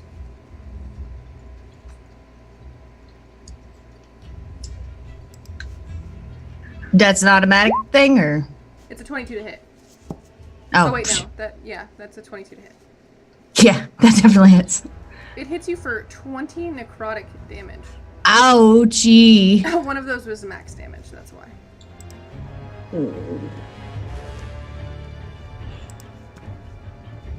Alright. That is all he does for his turn. That's okay, because being the badger, it's only 10 points. That's true. You did rage first, so you are good. It is now your turn as well. To take your revenge. I'm gonna take his eyes out. Like I did that other one. You slash at his eyes. That's not gonna. Okay, all right. Still recovering a bit. That's not one. But I've got a left hand, and that is going to attempt to strike for an 11. Oof, not doing well. He burns you pretty bad. It seemed to have an effect upon you. You do also have a bardic inspiration for a d6 if you want to use that at all. Oh, I would love to on that second one. Okay, roll me a d6 and you can add it to the hit. Thank you. That's a 6. Oh yeah, you definitely hit with that then. Yes. 10 slashing. Excellent. You cut at him, and he seems pretty damn beat up when you slash into him with that strike. Blood is pouring Lord Button, over. I will avenge you. All right. And is that all you can do with your turn? Yeah. All right. Fern. You are muted. Whoops. Okay, let's see. So I'm gonna go up to the person in black, and I will cast Inflict Wounds. There you go. Let's see. How How do I cast that from? Hold on, let me go to your character sheet. I can switch it real quick. Do. A lot of monsters on here. I need to clear some of them out.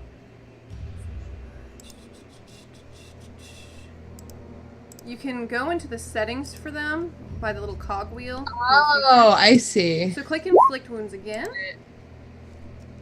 Did it just roll down? No, it rolled. Okay, it's a to work on thing. Roll me a d20 plus 6. That's 14. and then it is. Does that hit? Yes, it does.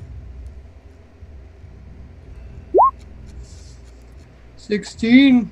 All right. And which one are you attacking? Are you attacking the one that's right in front of you? Yeah. Okay. So you do kill this creature. Oh. Would you like to describe this necromantic hell you've put him through? Yeah, I'd imagine that she'd just like walk up to him and like, summoning the power of her nature deity. She'd probably like touch him and vines would encircle him and choke him out and kill him. Beautiful! What a good imaginative thought. Wonderful, wonderful. Is there anything else you would like to do with your turn, my dear? That's it. All right, Maven, you are in the doorway. There is one fallen, one weakened, and one in pretty good shape. I was muted. Hi, I was gonna aim for the one in red to do another longbow shot. Okay. Because I only have one spell slot left, and I need to save it. Hit. Fair. Oh, 10 ain't gonna hit. It is not. There's too much traffic in between you and this creature. Okay. Okay. Is that all you Goes like? back behind the door. Goes back to hiding. Wonderful. Wonderful, wonderful. And that brings it to the guard. And this guard is going to do a stabby stab at Fern. No. Yes. Where is he? Here we go. I'm lost. So the first is a two-handed. 15 hit. 15 does not hit. All right. I'm gonna attempt with a one-handed. Does a 19 hit? A 19 does hit. I'm gonna hit you for 4 damage. Ew. Ooh, Alright. I know. It's crazy. The other one has fallen, so that brings it to you, Koroko. I haven't used this before, but I'm I'm- terrified. I'm going to go to the man in red, and I am going to take a tiny bit of the oil off of Fribby's back and attach it to. Can I just attach it to my claws? If you would like to. As an unarmed? Mhm. It will be, I believe, the same as just a bite attack, or is it just a single D4 for unarmed? I think it's a D. I think it's just a D4 for non-monk. Yeah, I think so. I Don't thought for have- non-monk it was just one. Was it just one for a? Is it just one? I thought could it was whatever your strength modifier is. Is it? It's 1 plus your strength modifier. I'm pretty Yeah. sure. Okay. Okay, we were both right. We're good. Everyone's We're good. But me, Um, 'cause I have no idea.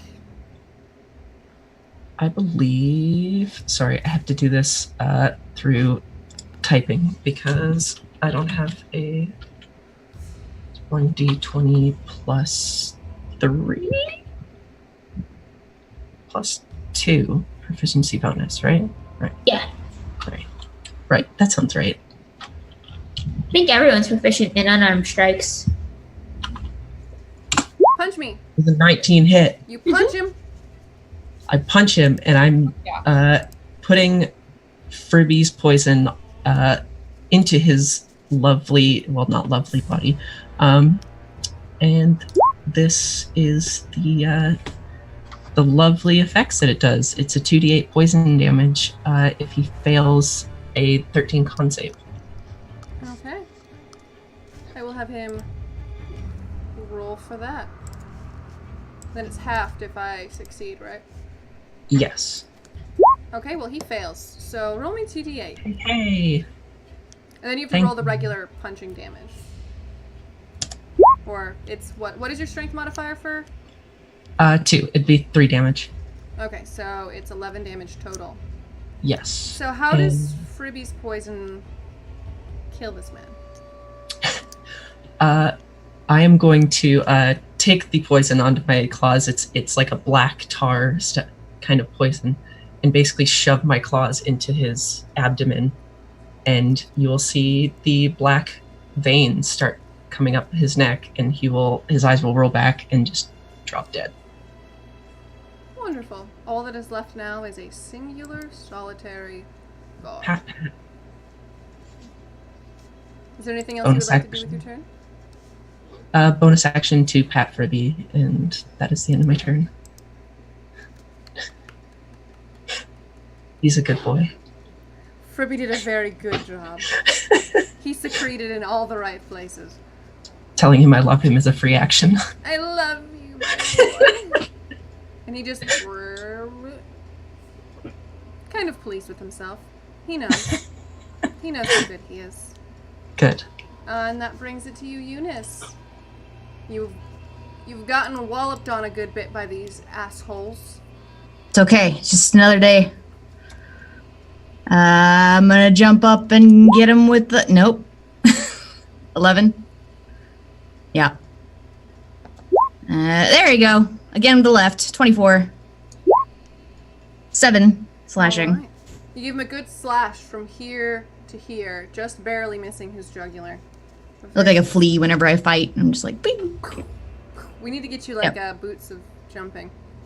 That'd be pretty cool. Unstoppable face attacks. Alright, and my dear Fern.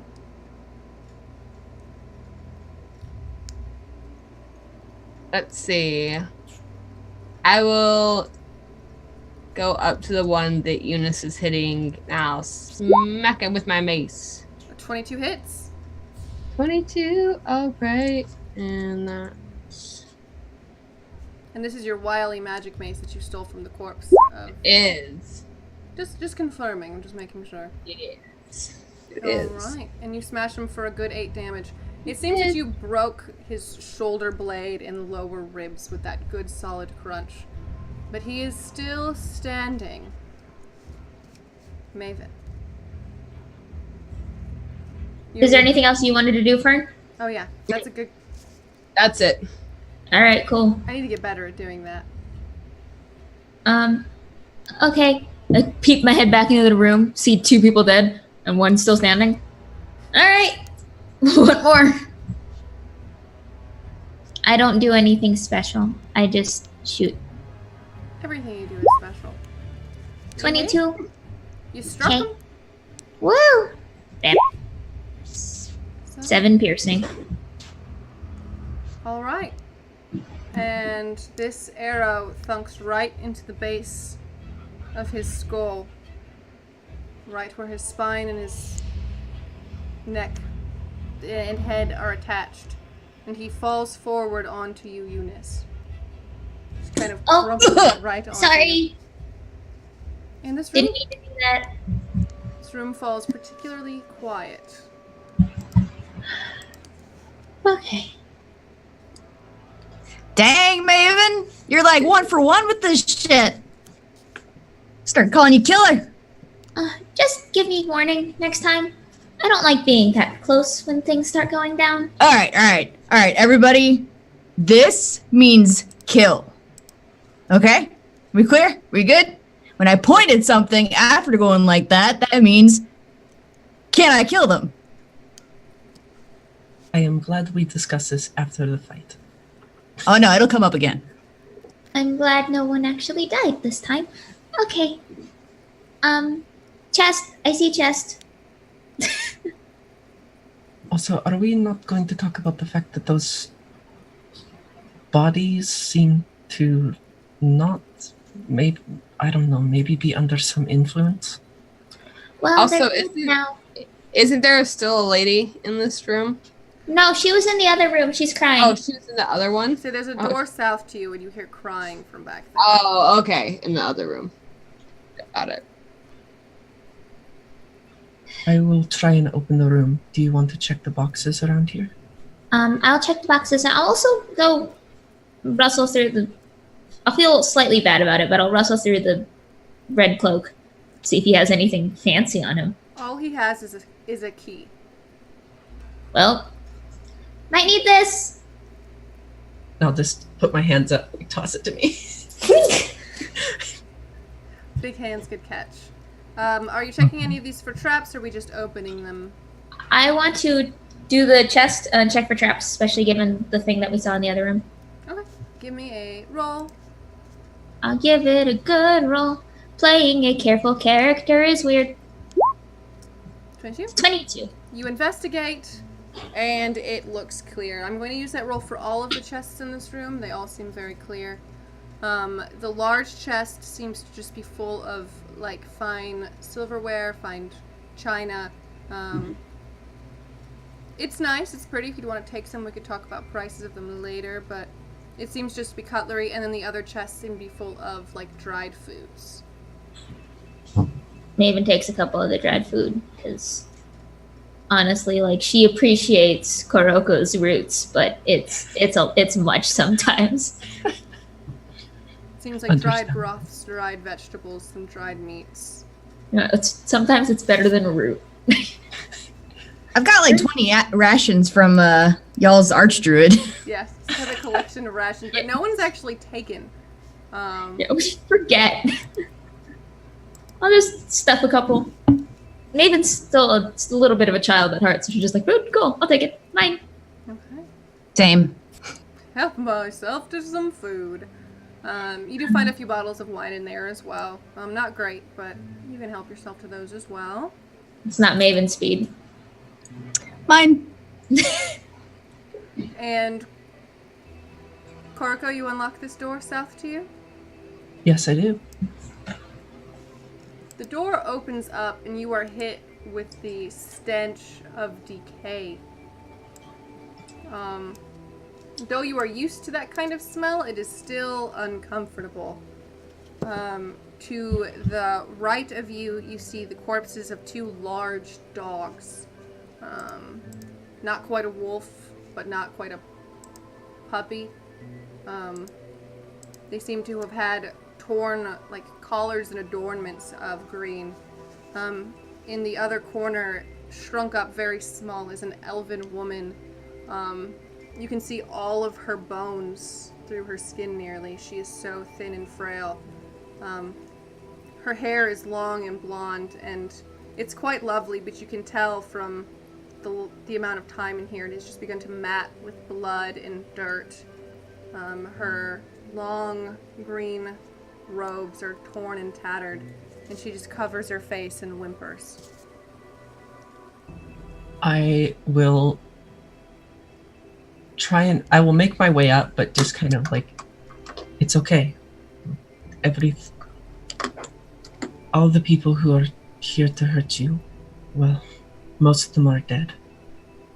We've come to help you. And she slowly looks up to you, and she can recognize quite easily that you are not one of these people. She sees your robes, your twigs, your feathers, and she scrambles to her feet, and you can tell it's hard for her because she's just so small. And she runs into your arms and buries her face into your chest and just sobs. I guess pat her head. It is okay. Have you stopped the priestess yet? We haven't. She killed my dogs. She killed my friends. I am sorry. Please. You need food, you need water. And she nods into you as she just sobs into you. And you can feel the moisture through your clothes, the amount of tears she produces. Surprising with as frail and probably dehydrated as she is producing a large amount of water. Come, there is a table and chairs. You can rest. And, because E told me not to just pick people up, I will ask if she wants me to carry her to the table and chairs. She'll look at you and say, I can do it, and she kind of slumps forward into your arms. I will then take that as it's probably okay to carry this person and bring her over to the table and try and get her sat up in a chair. And you see Koroko take out a woman who looks almost dead.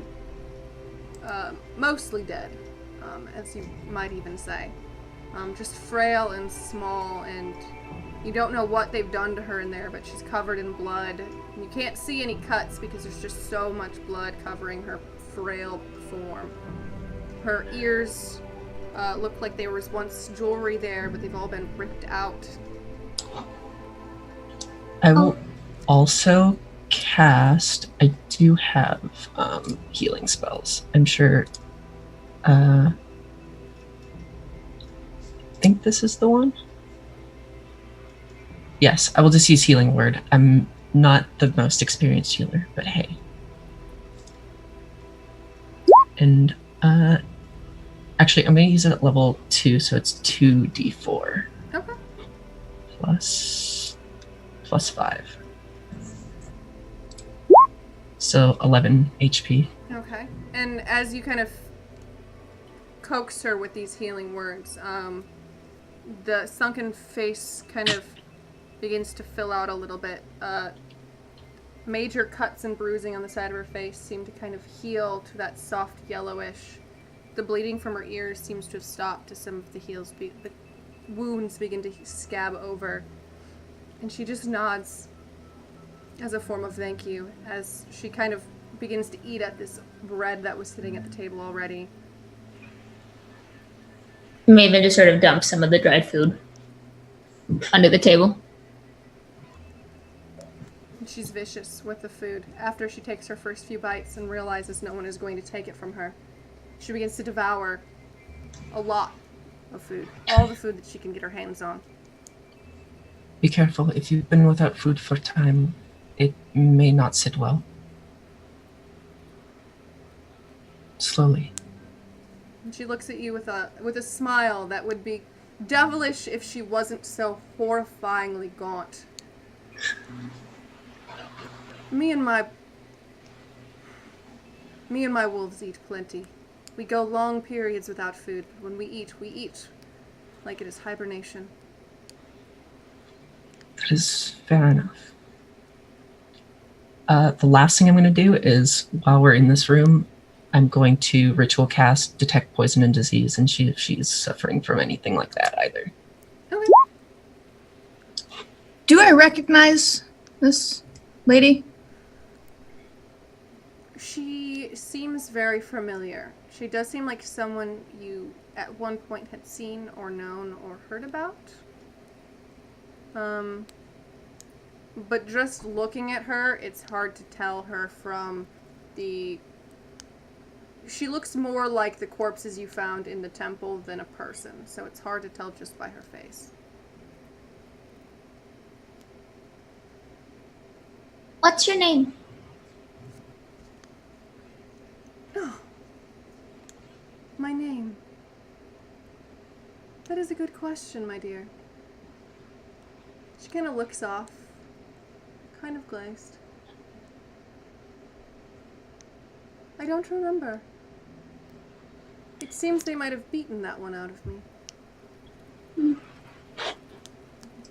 They took the memory from you? I don't know. Puzzling. Someone did beat my head into the ground a few times, though, so... Okay. Has Kuroko finished casting her thingy yet? I'd say so, as this woman continues to eat violently, like she was not told to slow down. You look over her, it doesn't seem that there are any poisons or diseases on her. From a basic check, a lot of infections are beginning from a lot of these festering wounds. Fecal matter and blood kind of mixed together into these wounds. Some hers, some not. She definitely needs a good bath and some sunlight and some rest. You think she'll be fine? Who was the priestess? It's the woman who's in charge, who took my home and made it disgusting. Does she happen to like birds? Well, there are a lot of crowing noises. That's actually where it started. See, a lot of us druids spend our time here. They turned our small storage area into a holding cell. They left the bones of all of my friends, but not me. If you don't mind me asking, why were they keeping you alive? That's a good question.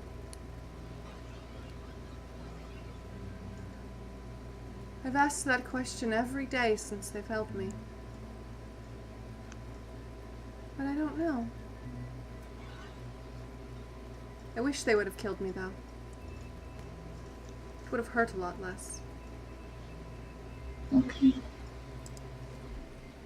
But Well, she seems to be spending a lot of her time in the ritual areas, defacing it and filling it with her disgusting magics. does the priestess have a name? I think her name might be Vire? That's the name that they keep saying.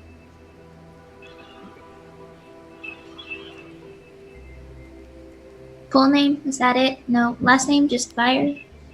Priestess Vire is all I've heard. Maybe that is her last name. Perhaps she has no first name. Well, she's not going to exist in a minute. And this woman's kind of golden eyes glisten. That sounds wonderful. Eunice has just been standing by the door, empathizing so hard. Like, I'm ready to kill her. She deserves it now. Yeah, she's like, come on. E, are you hurting? You got a couple hits in there. Or you took a couple hits. I'm fine. I want to go kill this bitch. I can't help you kill her. I'm not strong enough. But please, make it hurt. Yeah, I think E can do that. This is what I'm going to do. I'm going to tear out her eyeballs. I'm going to stuff them up her butt. And I'm going to tear out her butt and stuff it down her throat. And then I'm going to tear out her guts and make it eat it twice. And she That's laughs. really... And the laugh sounds pained. Like her throat just can't hold that kind of pressure. So it's a choking laugh. That sounds just like what she deserves. It's important to keep the balance. Us druids always say that. And that sounds pretty balanced. Yeah, you stay here. I'll be right back. And she puts Is her head there... Okay, well, we'll What let were her... you saying, my dear? Oh, is there anything we should maybe know about the priestess before we eviscerate her? I don't know. She showed up and attacked all of us. She managed to kill 4 druids, 2 dogs, and hold me hostage. So she's strong? Maven just goes 1, 2, 3. Oh no.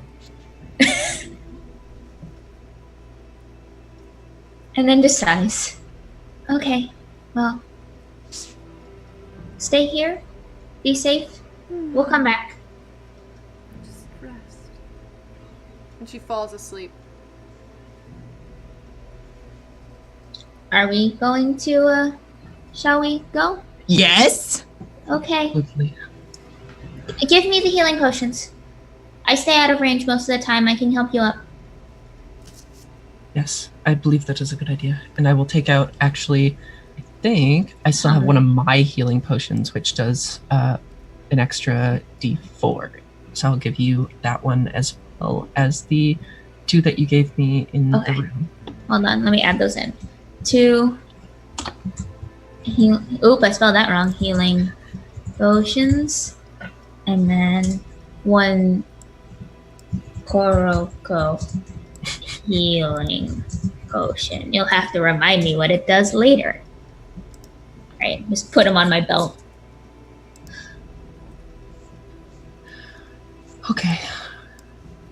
Do we have a plan for what we are headed into? Do we ever have a plan? No. Why start now? Works this We far? We seem to be doing okay. Okay. I think the person chanting in the other room was probably her, especially if you were getting that necrotic surge, so...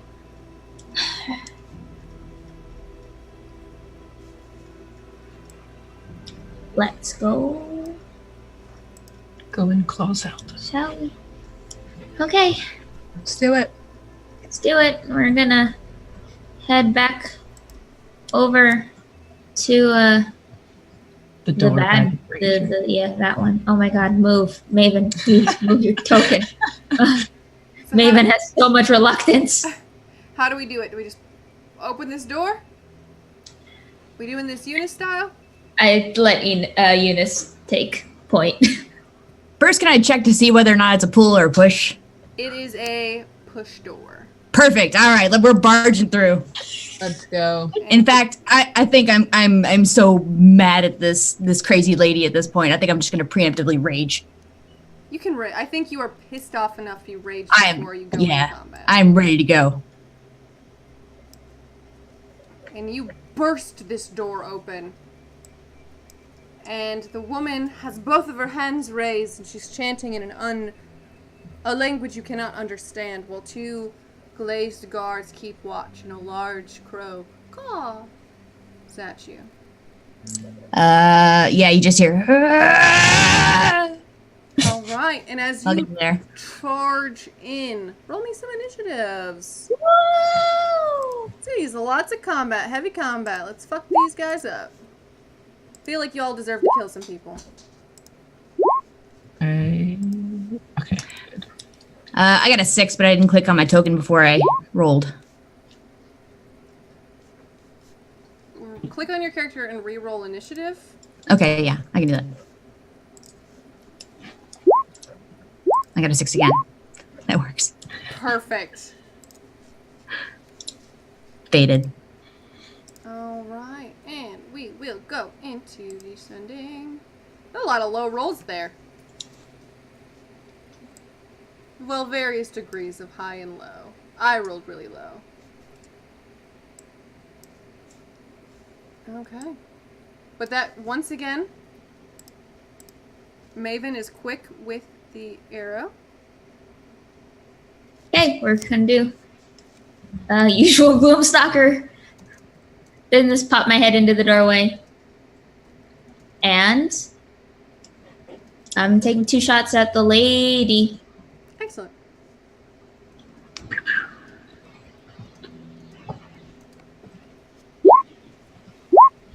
Both of those hit. Cool. Okay, so 1, 2, plus an extra D8. Ugh.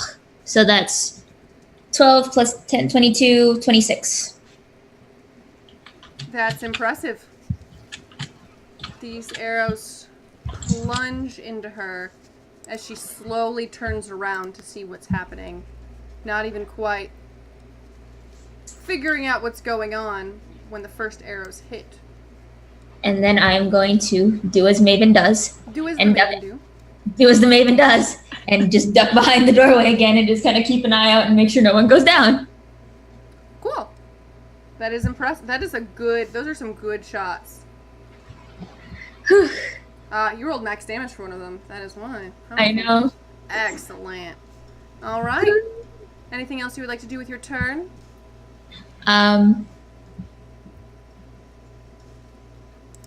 Pray, not to anything in particular. In Just, general. oh God.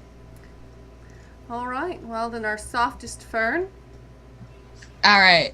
I'm gonna go ahead and cast my spiritual weapon, Beautiful. and I will put it by the guard at the other side of the room. Okay. And so let's see. 20. And that's a 22 for my my spiritual weapon to hit. That hits. So that, slash roll. What's the damage on that? 1d8 plus 6. So 12 damage to the one across the room, and that's just my bonus action. Then for my regular action, I'm going to hit the one in front of me just with my mace. That one does not hit. All right. But you And that's my definitely struck him well with your mace. Got him. All right. Perfect. Is there anything else you would like to do? Nope, that's it. Okay. That makes it your turn, Marco. Okay. I am going to cast level 2 Ray of Sickness. Ooh. And who are you casting this on? The evil lady. Okay. The worst one. The worst lady. So she needs to make... A Constitution save. And the Constitution save apparently only protects her from being poisoned. You have to also make a ranged spell attack. Do I? Ah, I see. I see. Is that just oh my gosh. Is that just a D20 plus proficiency modifier? Possibly? What's your spell casting? Oh, okay. We're good. I actually often don't play spellcasters for D&D.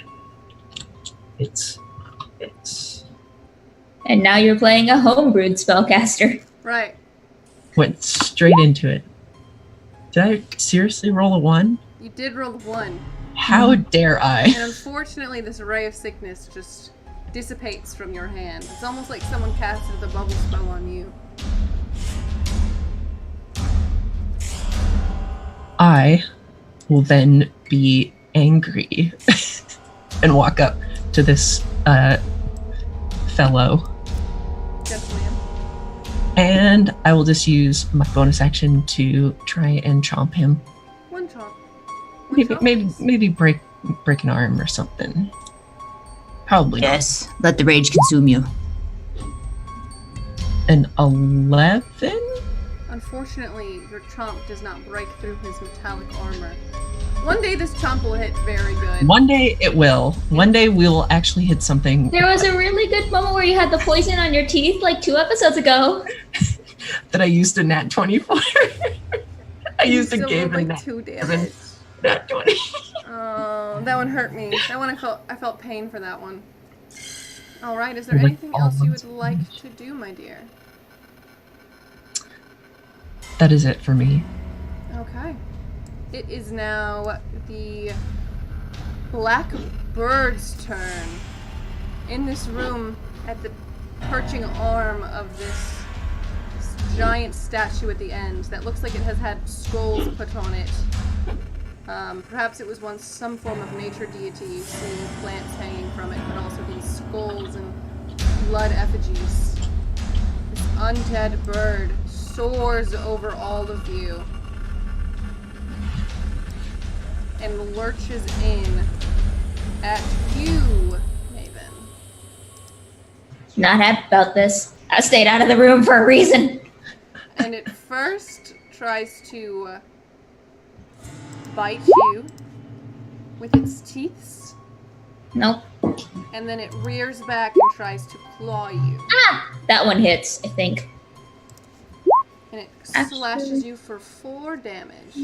Look at something real quick, because I don't remember what Gloomstalker is. But hold on. Target of a turn.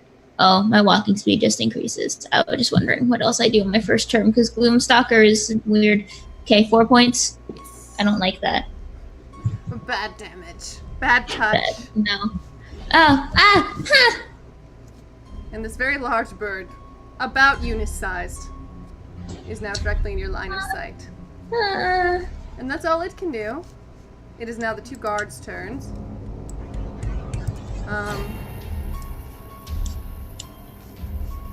This guard facing you, Fern, attempts to attack. Great. Two-handed first. Does a 17 hit? Oh no, AC is 18. And then tries one-handed. So it just tries to poke at you, but simply cannot. The other guard moves here and holds its action until something is in melee range of the priestess. And that is their turns. Eunice! Oh wait, no, sorry. I skipped my own villain. I'll take my turn. No, it's cool. It's totally No, I cool. skipped my villain. I can't skip my villain. The priestess sees you fast approaching, raises her hand, and attempts to cast Firebolt at you. 12 does not hit. And it does not work then. It fizzles out. You just barely jump past it. Your rage is too strong. You're able to dodge this ball of fire. You're used to the ring of fire. And it is your turn. Oh, you in trouble now. Run right up to her. Friggin' pounce on her. Alright. strike number 1 is at 10. Just not rolling well tonight either. But my left But your hand's got left it. hand is balling. I call my left hand sweet stuff. 8 slashing on that one. Perfect. And because you are there, the guard is going to use its held action Mhm. to attempt its two-handed. Misses. One-handed. Misses. You're too quick.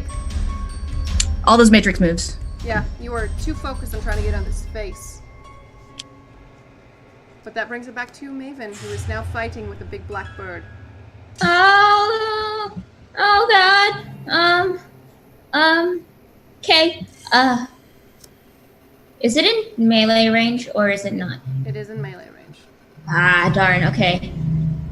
Just kind of drop whatever arrow I'm holding and like get out. Oh my God, do I have a short sword? I do have a short sword, and I just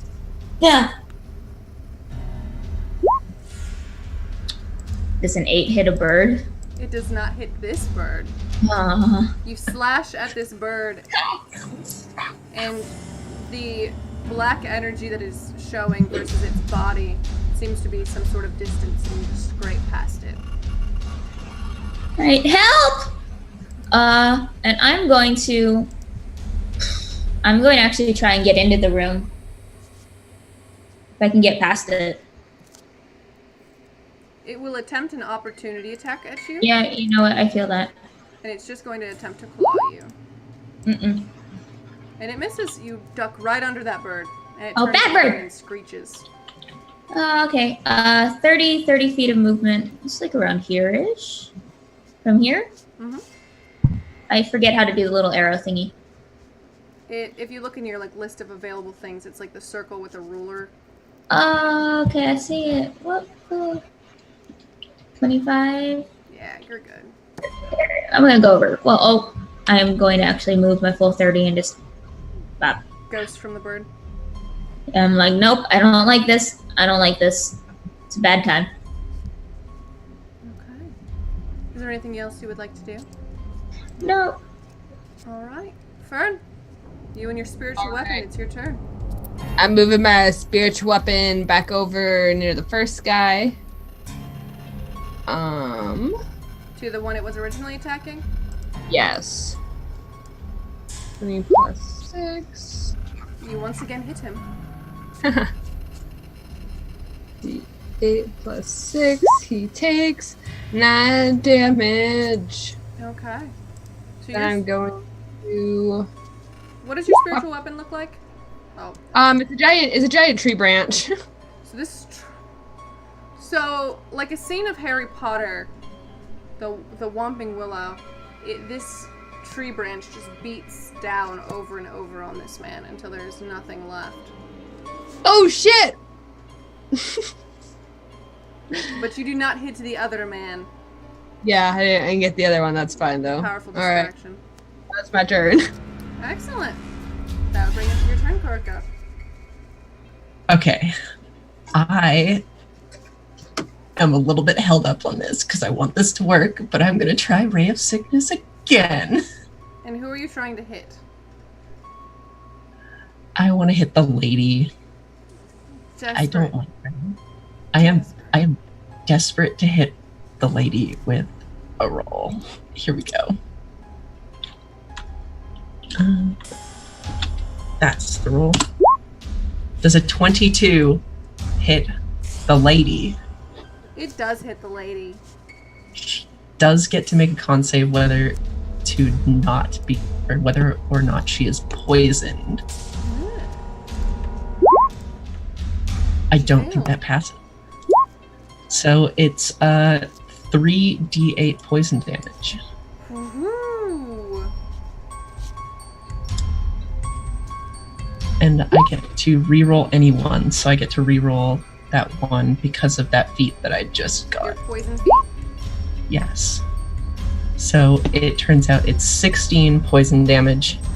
So I will take this lovely red dust that you've seen before, and I will crush it up and spit it out into just throw it out into the air. And like magnets, like metal being attracted to magnets, it flies towards her and embeds itself in her skin, and she will feel that lovely poison feel. And poison, I actually wrote this down, or I have it here. That is what the poison effect does. Disadvantage on attack rolls and ability checks Okay. for 1 round. Wonderful. Interesting. Is there anything else you can do with your turn? You know what? I am going to cast a level 1 healing word on E Aw. as a bonus action. So you get a D4 plus 5, I believe. 8. There you go. I got you. And that is where I will end my turn. Excellent. That leads to an angry bird who is going to then swoop at the nearest target, which is Fern, because Maven is a difficult target and that stresses the bird out. And is going to attempt to bite you and fail terribly. And then attempt to claw you. Oh, that does it. It does slash you for 4 damage. Wow. It's a vicious I bird. have 6 hit points. Left? Yep. I didn't realize they were getting so low. Don't worry about it. I'm good. I'm good, don't worry. Oh, okay. Well, that's all that bird can do, so it's now the guard's turn. And you attempted to attack him on multiple grounds. I can't avoid this even with this terrifying knowledge you've given me. That's fine. He's That's... gonna attempt to two-hand. Oh fuck! He's gonna attempt to two-hand spear you. Uh-oh. Yeah, okay, well, I bye. So Fern, you crumple as he stabs you right below the collarbone. No! My spiritual weapon goes away, doesn't it? It does go away. No! And Oh, well. for its second multi-attack, it is going to attempt to one-hand stab Gorko. For 4 piercing. I can handle that. And with can that, you? I think I can handle that. With that turn ended, it brings it back to the priestess, who is going to attempt a fun spell at Gorko. Oh, lovely. Oh my god. I have so many cats. Why? That only rolls 1 of them. Hold on, I have to roll them separately. Because this magic missile is not working.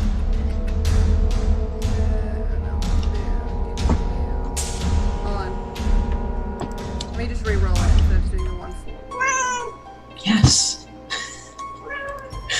There we go. Kitty. So, the 3d4 plus 1, 9 damage of a magic missile at you. Right, magic It's missile. +1 for each missile. Oh, did it only do it for 1 each? Yeah. Okay. Oh no, you'd only get +1, so it should be +3. Okay. Sorry, Kuroko. Sorry, so it's 11 No damage. problem. I don't know why this magic missile isn't working. I pulled this from the compendium. Rolled. It's done. So you take 11 points of force damage. Okay. I can handle that. You can handle Can that. you? Well, that's all she does for her turn. And it is now Eunice's turn. Okay. Let's see. Yeah, this is what would really happen. Maybe it's not the most strategic thing, but I'm not in my right mind at the moment either, exactly. So what I'm going to do is I'm going to see that she just went for Koroko, and I'm going to be very offended by that. Like, I am right here. So what I would like to do is grapple her face and block her sight by hugging onto her head. Okay. So roll me either an athletics or acrobatics, and she will respond with an acrobatics to try and wiggle out. Actually, she'll just roll back to strength. That makes more sense. She'll try to strength away from you. All right, I got a 22 because I am raging. All right. Well, you have got her face sealed. Cool. I'm pretty sure that's all I can do because you need to take. Wait, no, that wasn't an attack technically, so I can do an offhand attack, right? Yes. Yeah. 20 into the side of the head. Ah, so angry. 8 slashing. Beautiful. She has taken some serious damage. That's it for me. And, okay. That is the end of your turn. That brings it to Maven. Maven, you just watched Fern fall. Yeah, no, I saw that. Alright, she's within 30 feet. I am running. Oh my god, hold on, roll 20. Running over here. Oops. Yeah, Bird can take a swipe at me, I suppose. And the other one. And the guard. I think if you slide in around, it'll be fine. You'll just be in melee range for their future combatant. That's fine. And it's an action to feed a healing potion to... You have 2 regular healing potions and then Koriko's special healing potion. How much does a regular healing potion do? D4 plus 2? Did a D4? Yes, for 1 healing potion. Regular? Alright. Yeah, we'll just do a regular. So I have a healing spell I can use once I'm up, so.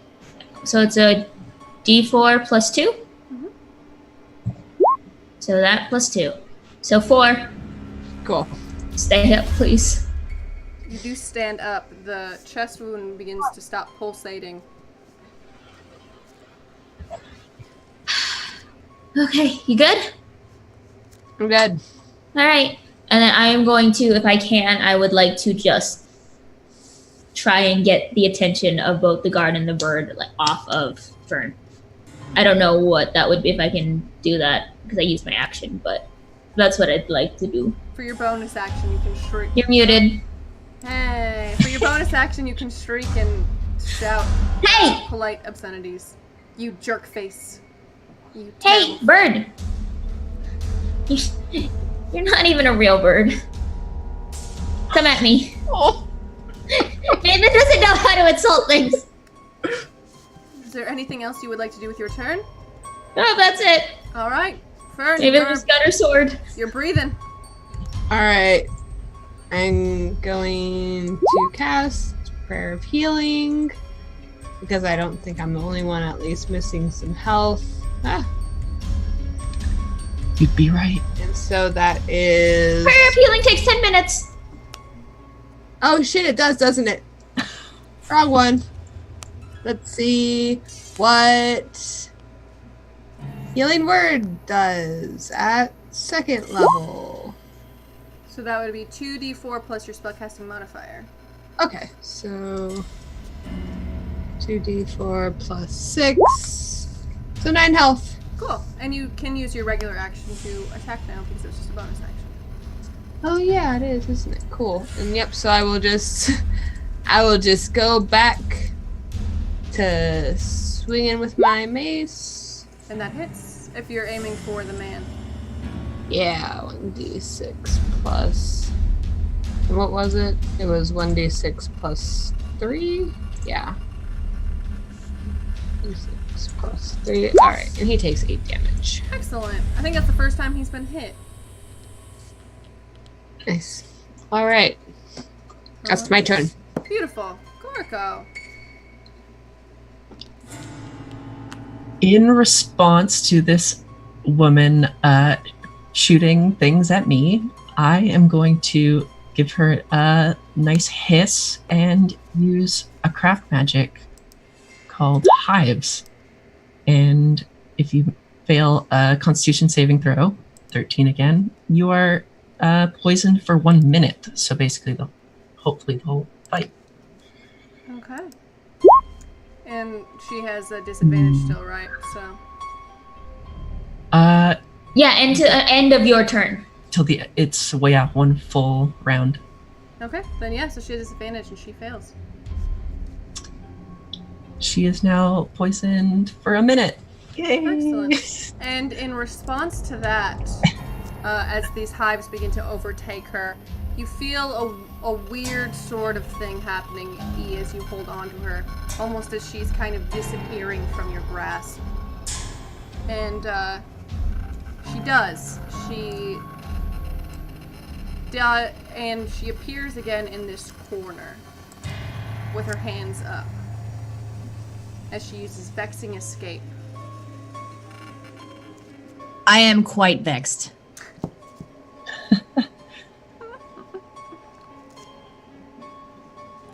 She is gone, but she is still there. She can't leave the room.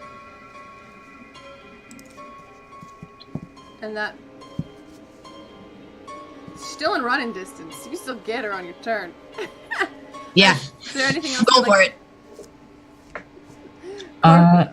I'm just gonna take a swipe at this bird that's around Fern. Heck, this And- bird. It's just a...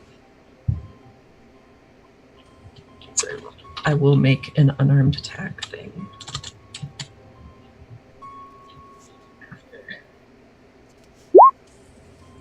Did I seriously roll a natural one again? You did.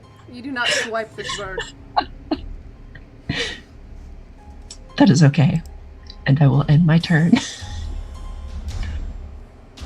Well, this bird is no longer interested in you. As the priestess disappears, the bird soars in Eunice's direction. All of you can take opportunity attacks as it flies over you. Just one melee attack. I will attempt a bite. Hey! Short sword. Nope. So it seems that you do bite a leg as it comes soaring past. That's the only attack that hits. 3 And piercing. when you bite, the kind of like blood that comes from it is this like gooey black substance. It doesn't seem toxic, it's just very gross. Gross. It tastes like a lot of old corpseness. And it attempts to bite at you and then claw at you, Eunice. Oh shit. Yeah, even with the shield amulet, both of those would hit. So that's 11 damage. But is it halved because you're not a very strong bird, but a sturdy bird. Birdie stirred. I'm like shaking it off, just like pulling myself away from it. Like, get out of here! Nobody likes you. No! You're useless. Bad bird.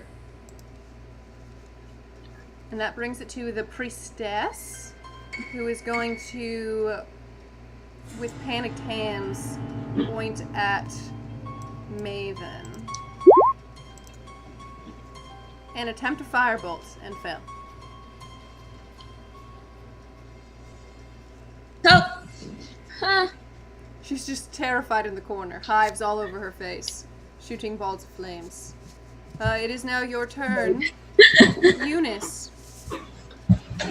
I lock eyes with the priestess, and then I'm gonna move my foot like a charging bull, winding up to get going, and I will run Wolverine style, claws out.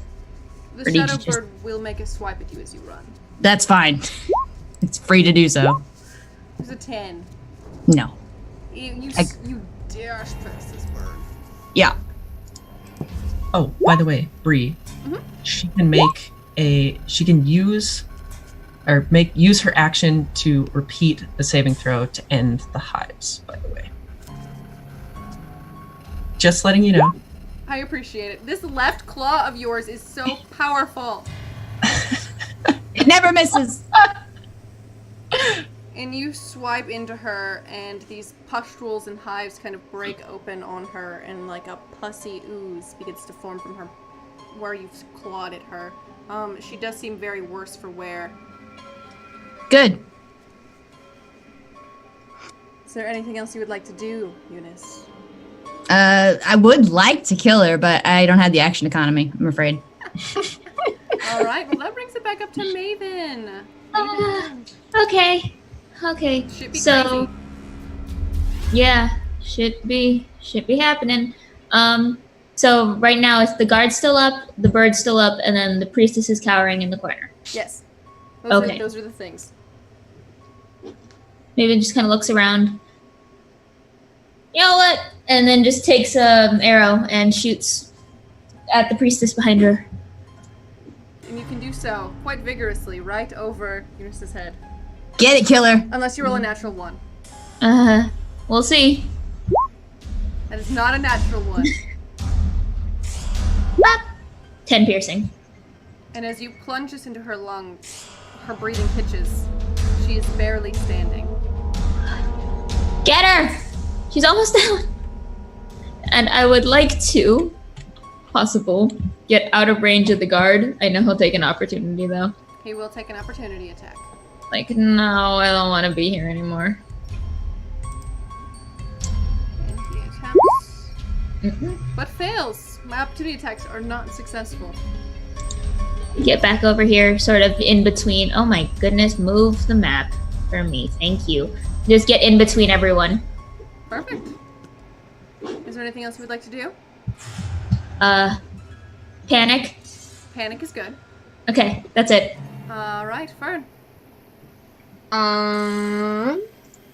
Let's see. I would like to cast Guiding Bolt. Ooh. At the priestess. Nice. Let's see. Is a 14 hit? A 14 does hit. Oh, thank goodness. 46. She takes 18 damage. Woo! With 18 damage. Now, describe your guiding bolt, cleric. You know what Tell me would how my this guiding bolt soars into this corner. I would say, yeah, that it is just like a massive flash of light that she's just able to shoot out, and it just goes and just plunges like right into the wounds that the priestess already has, and just goes at her. And the light begins to streak over her face as these pustules keep popping in your direction, Eunice.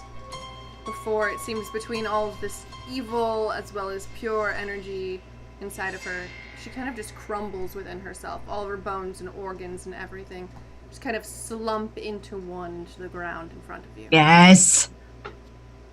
She's now your height, but of bones and guts, all poking and protruding out of the body. Desmond, Yay! you did it, guys. You killed it.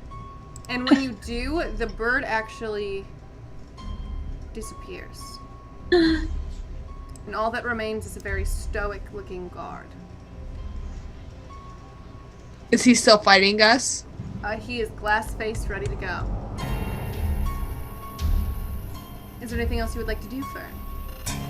That's it. That's all I got. Kuroko! I'm just gonna cast Toll of the Dead on him. Toll of the Dead. Bye-bye. It's a d12, I'm assuming, because he is damaged. Yes. Thing. Wise. What is the saving throw? Could you see within range?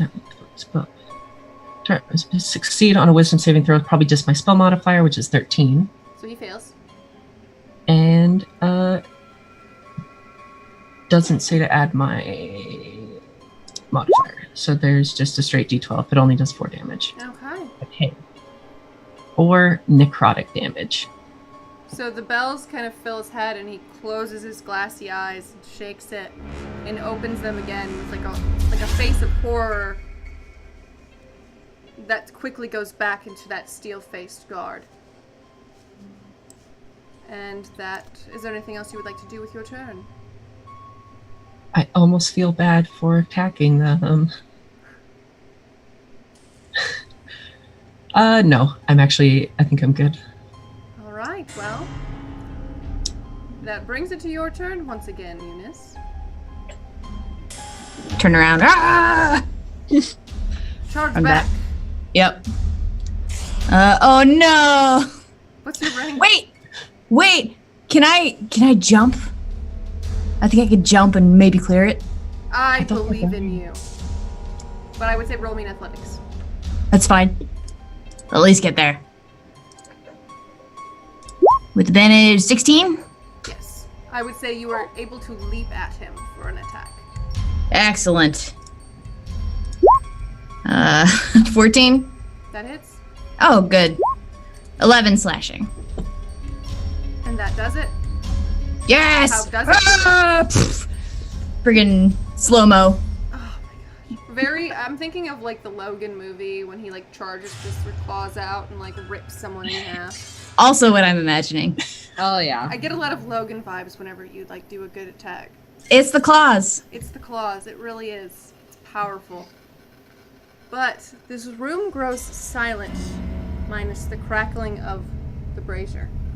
There's a door above you, and you know there was a magical energy coming from that source. There's a rescued druid. There's a lot of things in this dark burrow. But unfortunately, we will have to wait until next week to get it, because I told you 20 minutes over, but we had to make up for the whole internet stop working thing, so I think it all balanced out in the end. But, Yeah. hell yeah, I'm so happy we were back, guys. That was way too long of a break. I'm so happy we are back and ready to get some crazy on. Can't wait for all the things you find next week. But if we'd like to go around our wonderful cast and crew and thank all of my wonderful players for being here, we'll start with the lovely, the wonderful, the Casey. Aw, thank you. I'm Casey. On social media, you can find me under the name Casey H. I also am over on the Gratuitous RP channel on Tuesdays and Sundays. On Tuesdays, the game starts at 9 p.m. Eastern. And on Sundays, it's going to be 5 p.m. Eastern. Eastern time? That's zones it. are hard. That's all I got. But all of it is great, thank you. Do we want to? Can I say my favorite part? Oh, hell yeah. Mackenzie, I thought it was really, really cool of you when you went ahead and took the gnome's curse blessing. You had a thing. We know you had a thing to combat that, like I did. You're like, nah, it'll be fun. It was like I could autosave this, but I think honestly, if it was any other number other than a nat 1, I would have been like, yeah. But I was like, no, it's a nat 1. I want to see this through. Well, it's very brave of you, and I think that it really attests to your ability to act, considering Maven is so scared of everything, but not you. You know, you're like, I will take that one. Yeah, sure. Maybe That's very cool. whatever. This is so positive, so good. I've missed you guys. I'm so happy. Thank you, my dear Casey. And next we will move on to the brave soul who took the gnome's curse. Miss Mackenzie. Hi. Oh, that was so much fun. I'll start with favorite part. Honestly, I liked the sea nymph. That was so much fun. When Maven just, no, I don't want to come out, please. I don't Don't like make- her. I don't like her. She wants to play, and I don't like that. That was super fun, especially because I haven't been in Maven's seat for a while, so that was fun getting back into it. And I miss my sweet bean, who just wants to live. She wants to play. She wants to live so she can protect her home, and she's just genuine about it. I'm like, man, I miss that. And also just Eunice jumping in and doing the flying. That was badass. So cool. Yeah, but you can find me on Twitter at Mackenzie Lane BA. I also have a podcast, One-on-One D&D. It's currently on hiatus, but you can check up on the backlog of episodes at oneononednd.com. In terms of streaming, I am over on Scraticus Academy every Thursday at 7 p.m. EST for Riders on the Storm. And then I am also going to be here every Friday at 5 p.m. EST for the Old Faith. We're super excited. And then it was just announced, so I can finally talk about it. But this season on Encounter Roleplay, I will be stepping into the DM's shoes myself for Keepers of the Lost, my very own D&D 5e show that features a multiverse I built myself alongside my wonderful cast of players. There's going to be treasure hunting and adventure and a little bit of mystery and puzzle solving, and it's all going to start Tuesday, May 14th at 2 p.m. EST, and I'm super excited! Yay! That's so awesome! Oh, I'm super excited for you. It's gonna be so good. All right. I'm okay. My emotions can be in control for this, even if I am super excited by all of your existences. We will move on to the dashing, the darling, Fran. Let's see. I think my favorite part tonight was definitely the unicorns. They were absolutely fabulous. Everything about that was great. Yeah. And you can find me on Twitter over at ArcanaCheck, and I do D&D doodles on occasion over at Vokarri, Vokarri, on Tumblr and Instagram. Woo! Best doodles, 10 out of 10, wonderful, fantastic. Yeah, those unicorns are great. I got the concept. I was watching She-Ra and I was thinking of Bo's dads. Bo's dads. I was like, these are Bo's dads, but in unicorn form. And I feel like they have these kind of really interesting discussions in their spare time. Valid. I loved that. That's valid. I wanted a good relationship between the two of them. So, all right. And last but not least, my cosplay co-conspirator, my dear darling Zelda. Hi, I'm Zelda, and you may know me as not Zella Inami anymore, but Zeldemonic, which is on Twitter. And if I'm gonna say a favorite part, I'm a little bit I'm gonna gush a little bit, but all of your NPCs have been fantastic, and I love them all and all of their various personalities and traits. So yeah, I'm just like the unicorns, the nymph, all of these like evil characters that are like fooled by E's attempt to be like, we're just new here, and please believe me.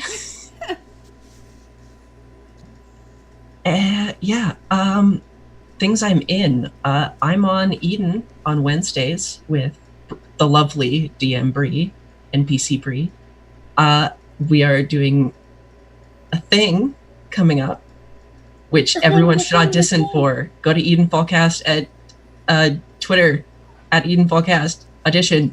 Be part of things that we do. We love you. I am on the RPG Lab on Tuesdays in the afternoon, noonish. I'm here on Fridays at the time that this starts. And that is everything right now. And expect more cosplays. It's coming. Yes. More Dot. Yeah. All the dot, yes. I'm smitten. It's too late. It's too late for me. It's perfect. Yes, please cosplay as my OC. It feels so good. Thank you guys for playing. I have been your DM. I'm NPC Bree on Twitter and just about everywhere else. I play in games almost every day of the week. I've got a podcast coming up. I've got another podcast coming up. Eden Fallcast on Twitter. If you want to be a part of an audio drama based on a game that me and Zelda helped bring to life on Scroticus Academy, that's amazing. Make sure you watch the schedule here on the Greyhawk channel and see what kind of awesome games are coming up. Summer season is fast approaching, so things are about to get freaking awesome. So keep an eye on that. Please check out all of my wonderful players. They're all amazing. I'm super grateful for all of you. My favorite part is hard to tell. I think just seeing all of your faces when you popped into chat with me was probably just my favorite part because I've missed you all so freaking much. But that was this week. I've held you all 30 minutes late, and I'm super appreciative that you stayed so we could kill some baddies. We'll unlock some secrets next week. But until then, don't wander through the forest by yourself, guys. You never know what's going to happen. Bye!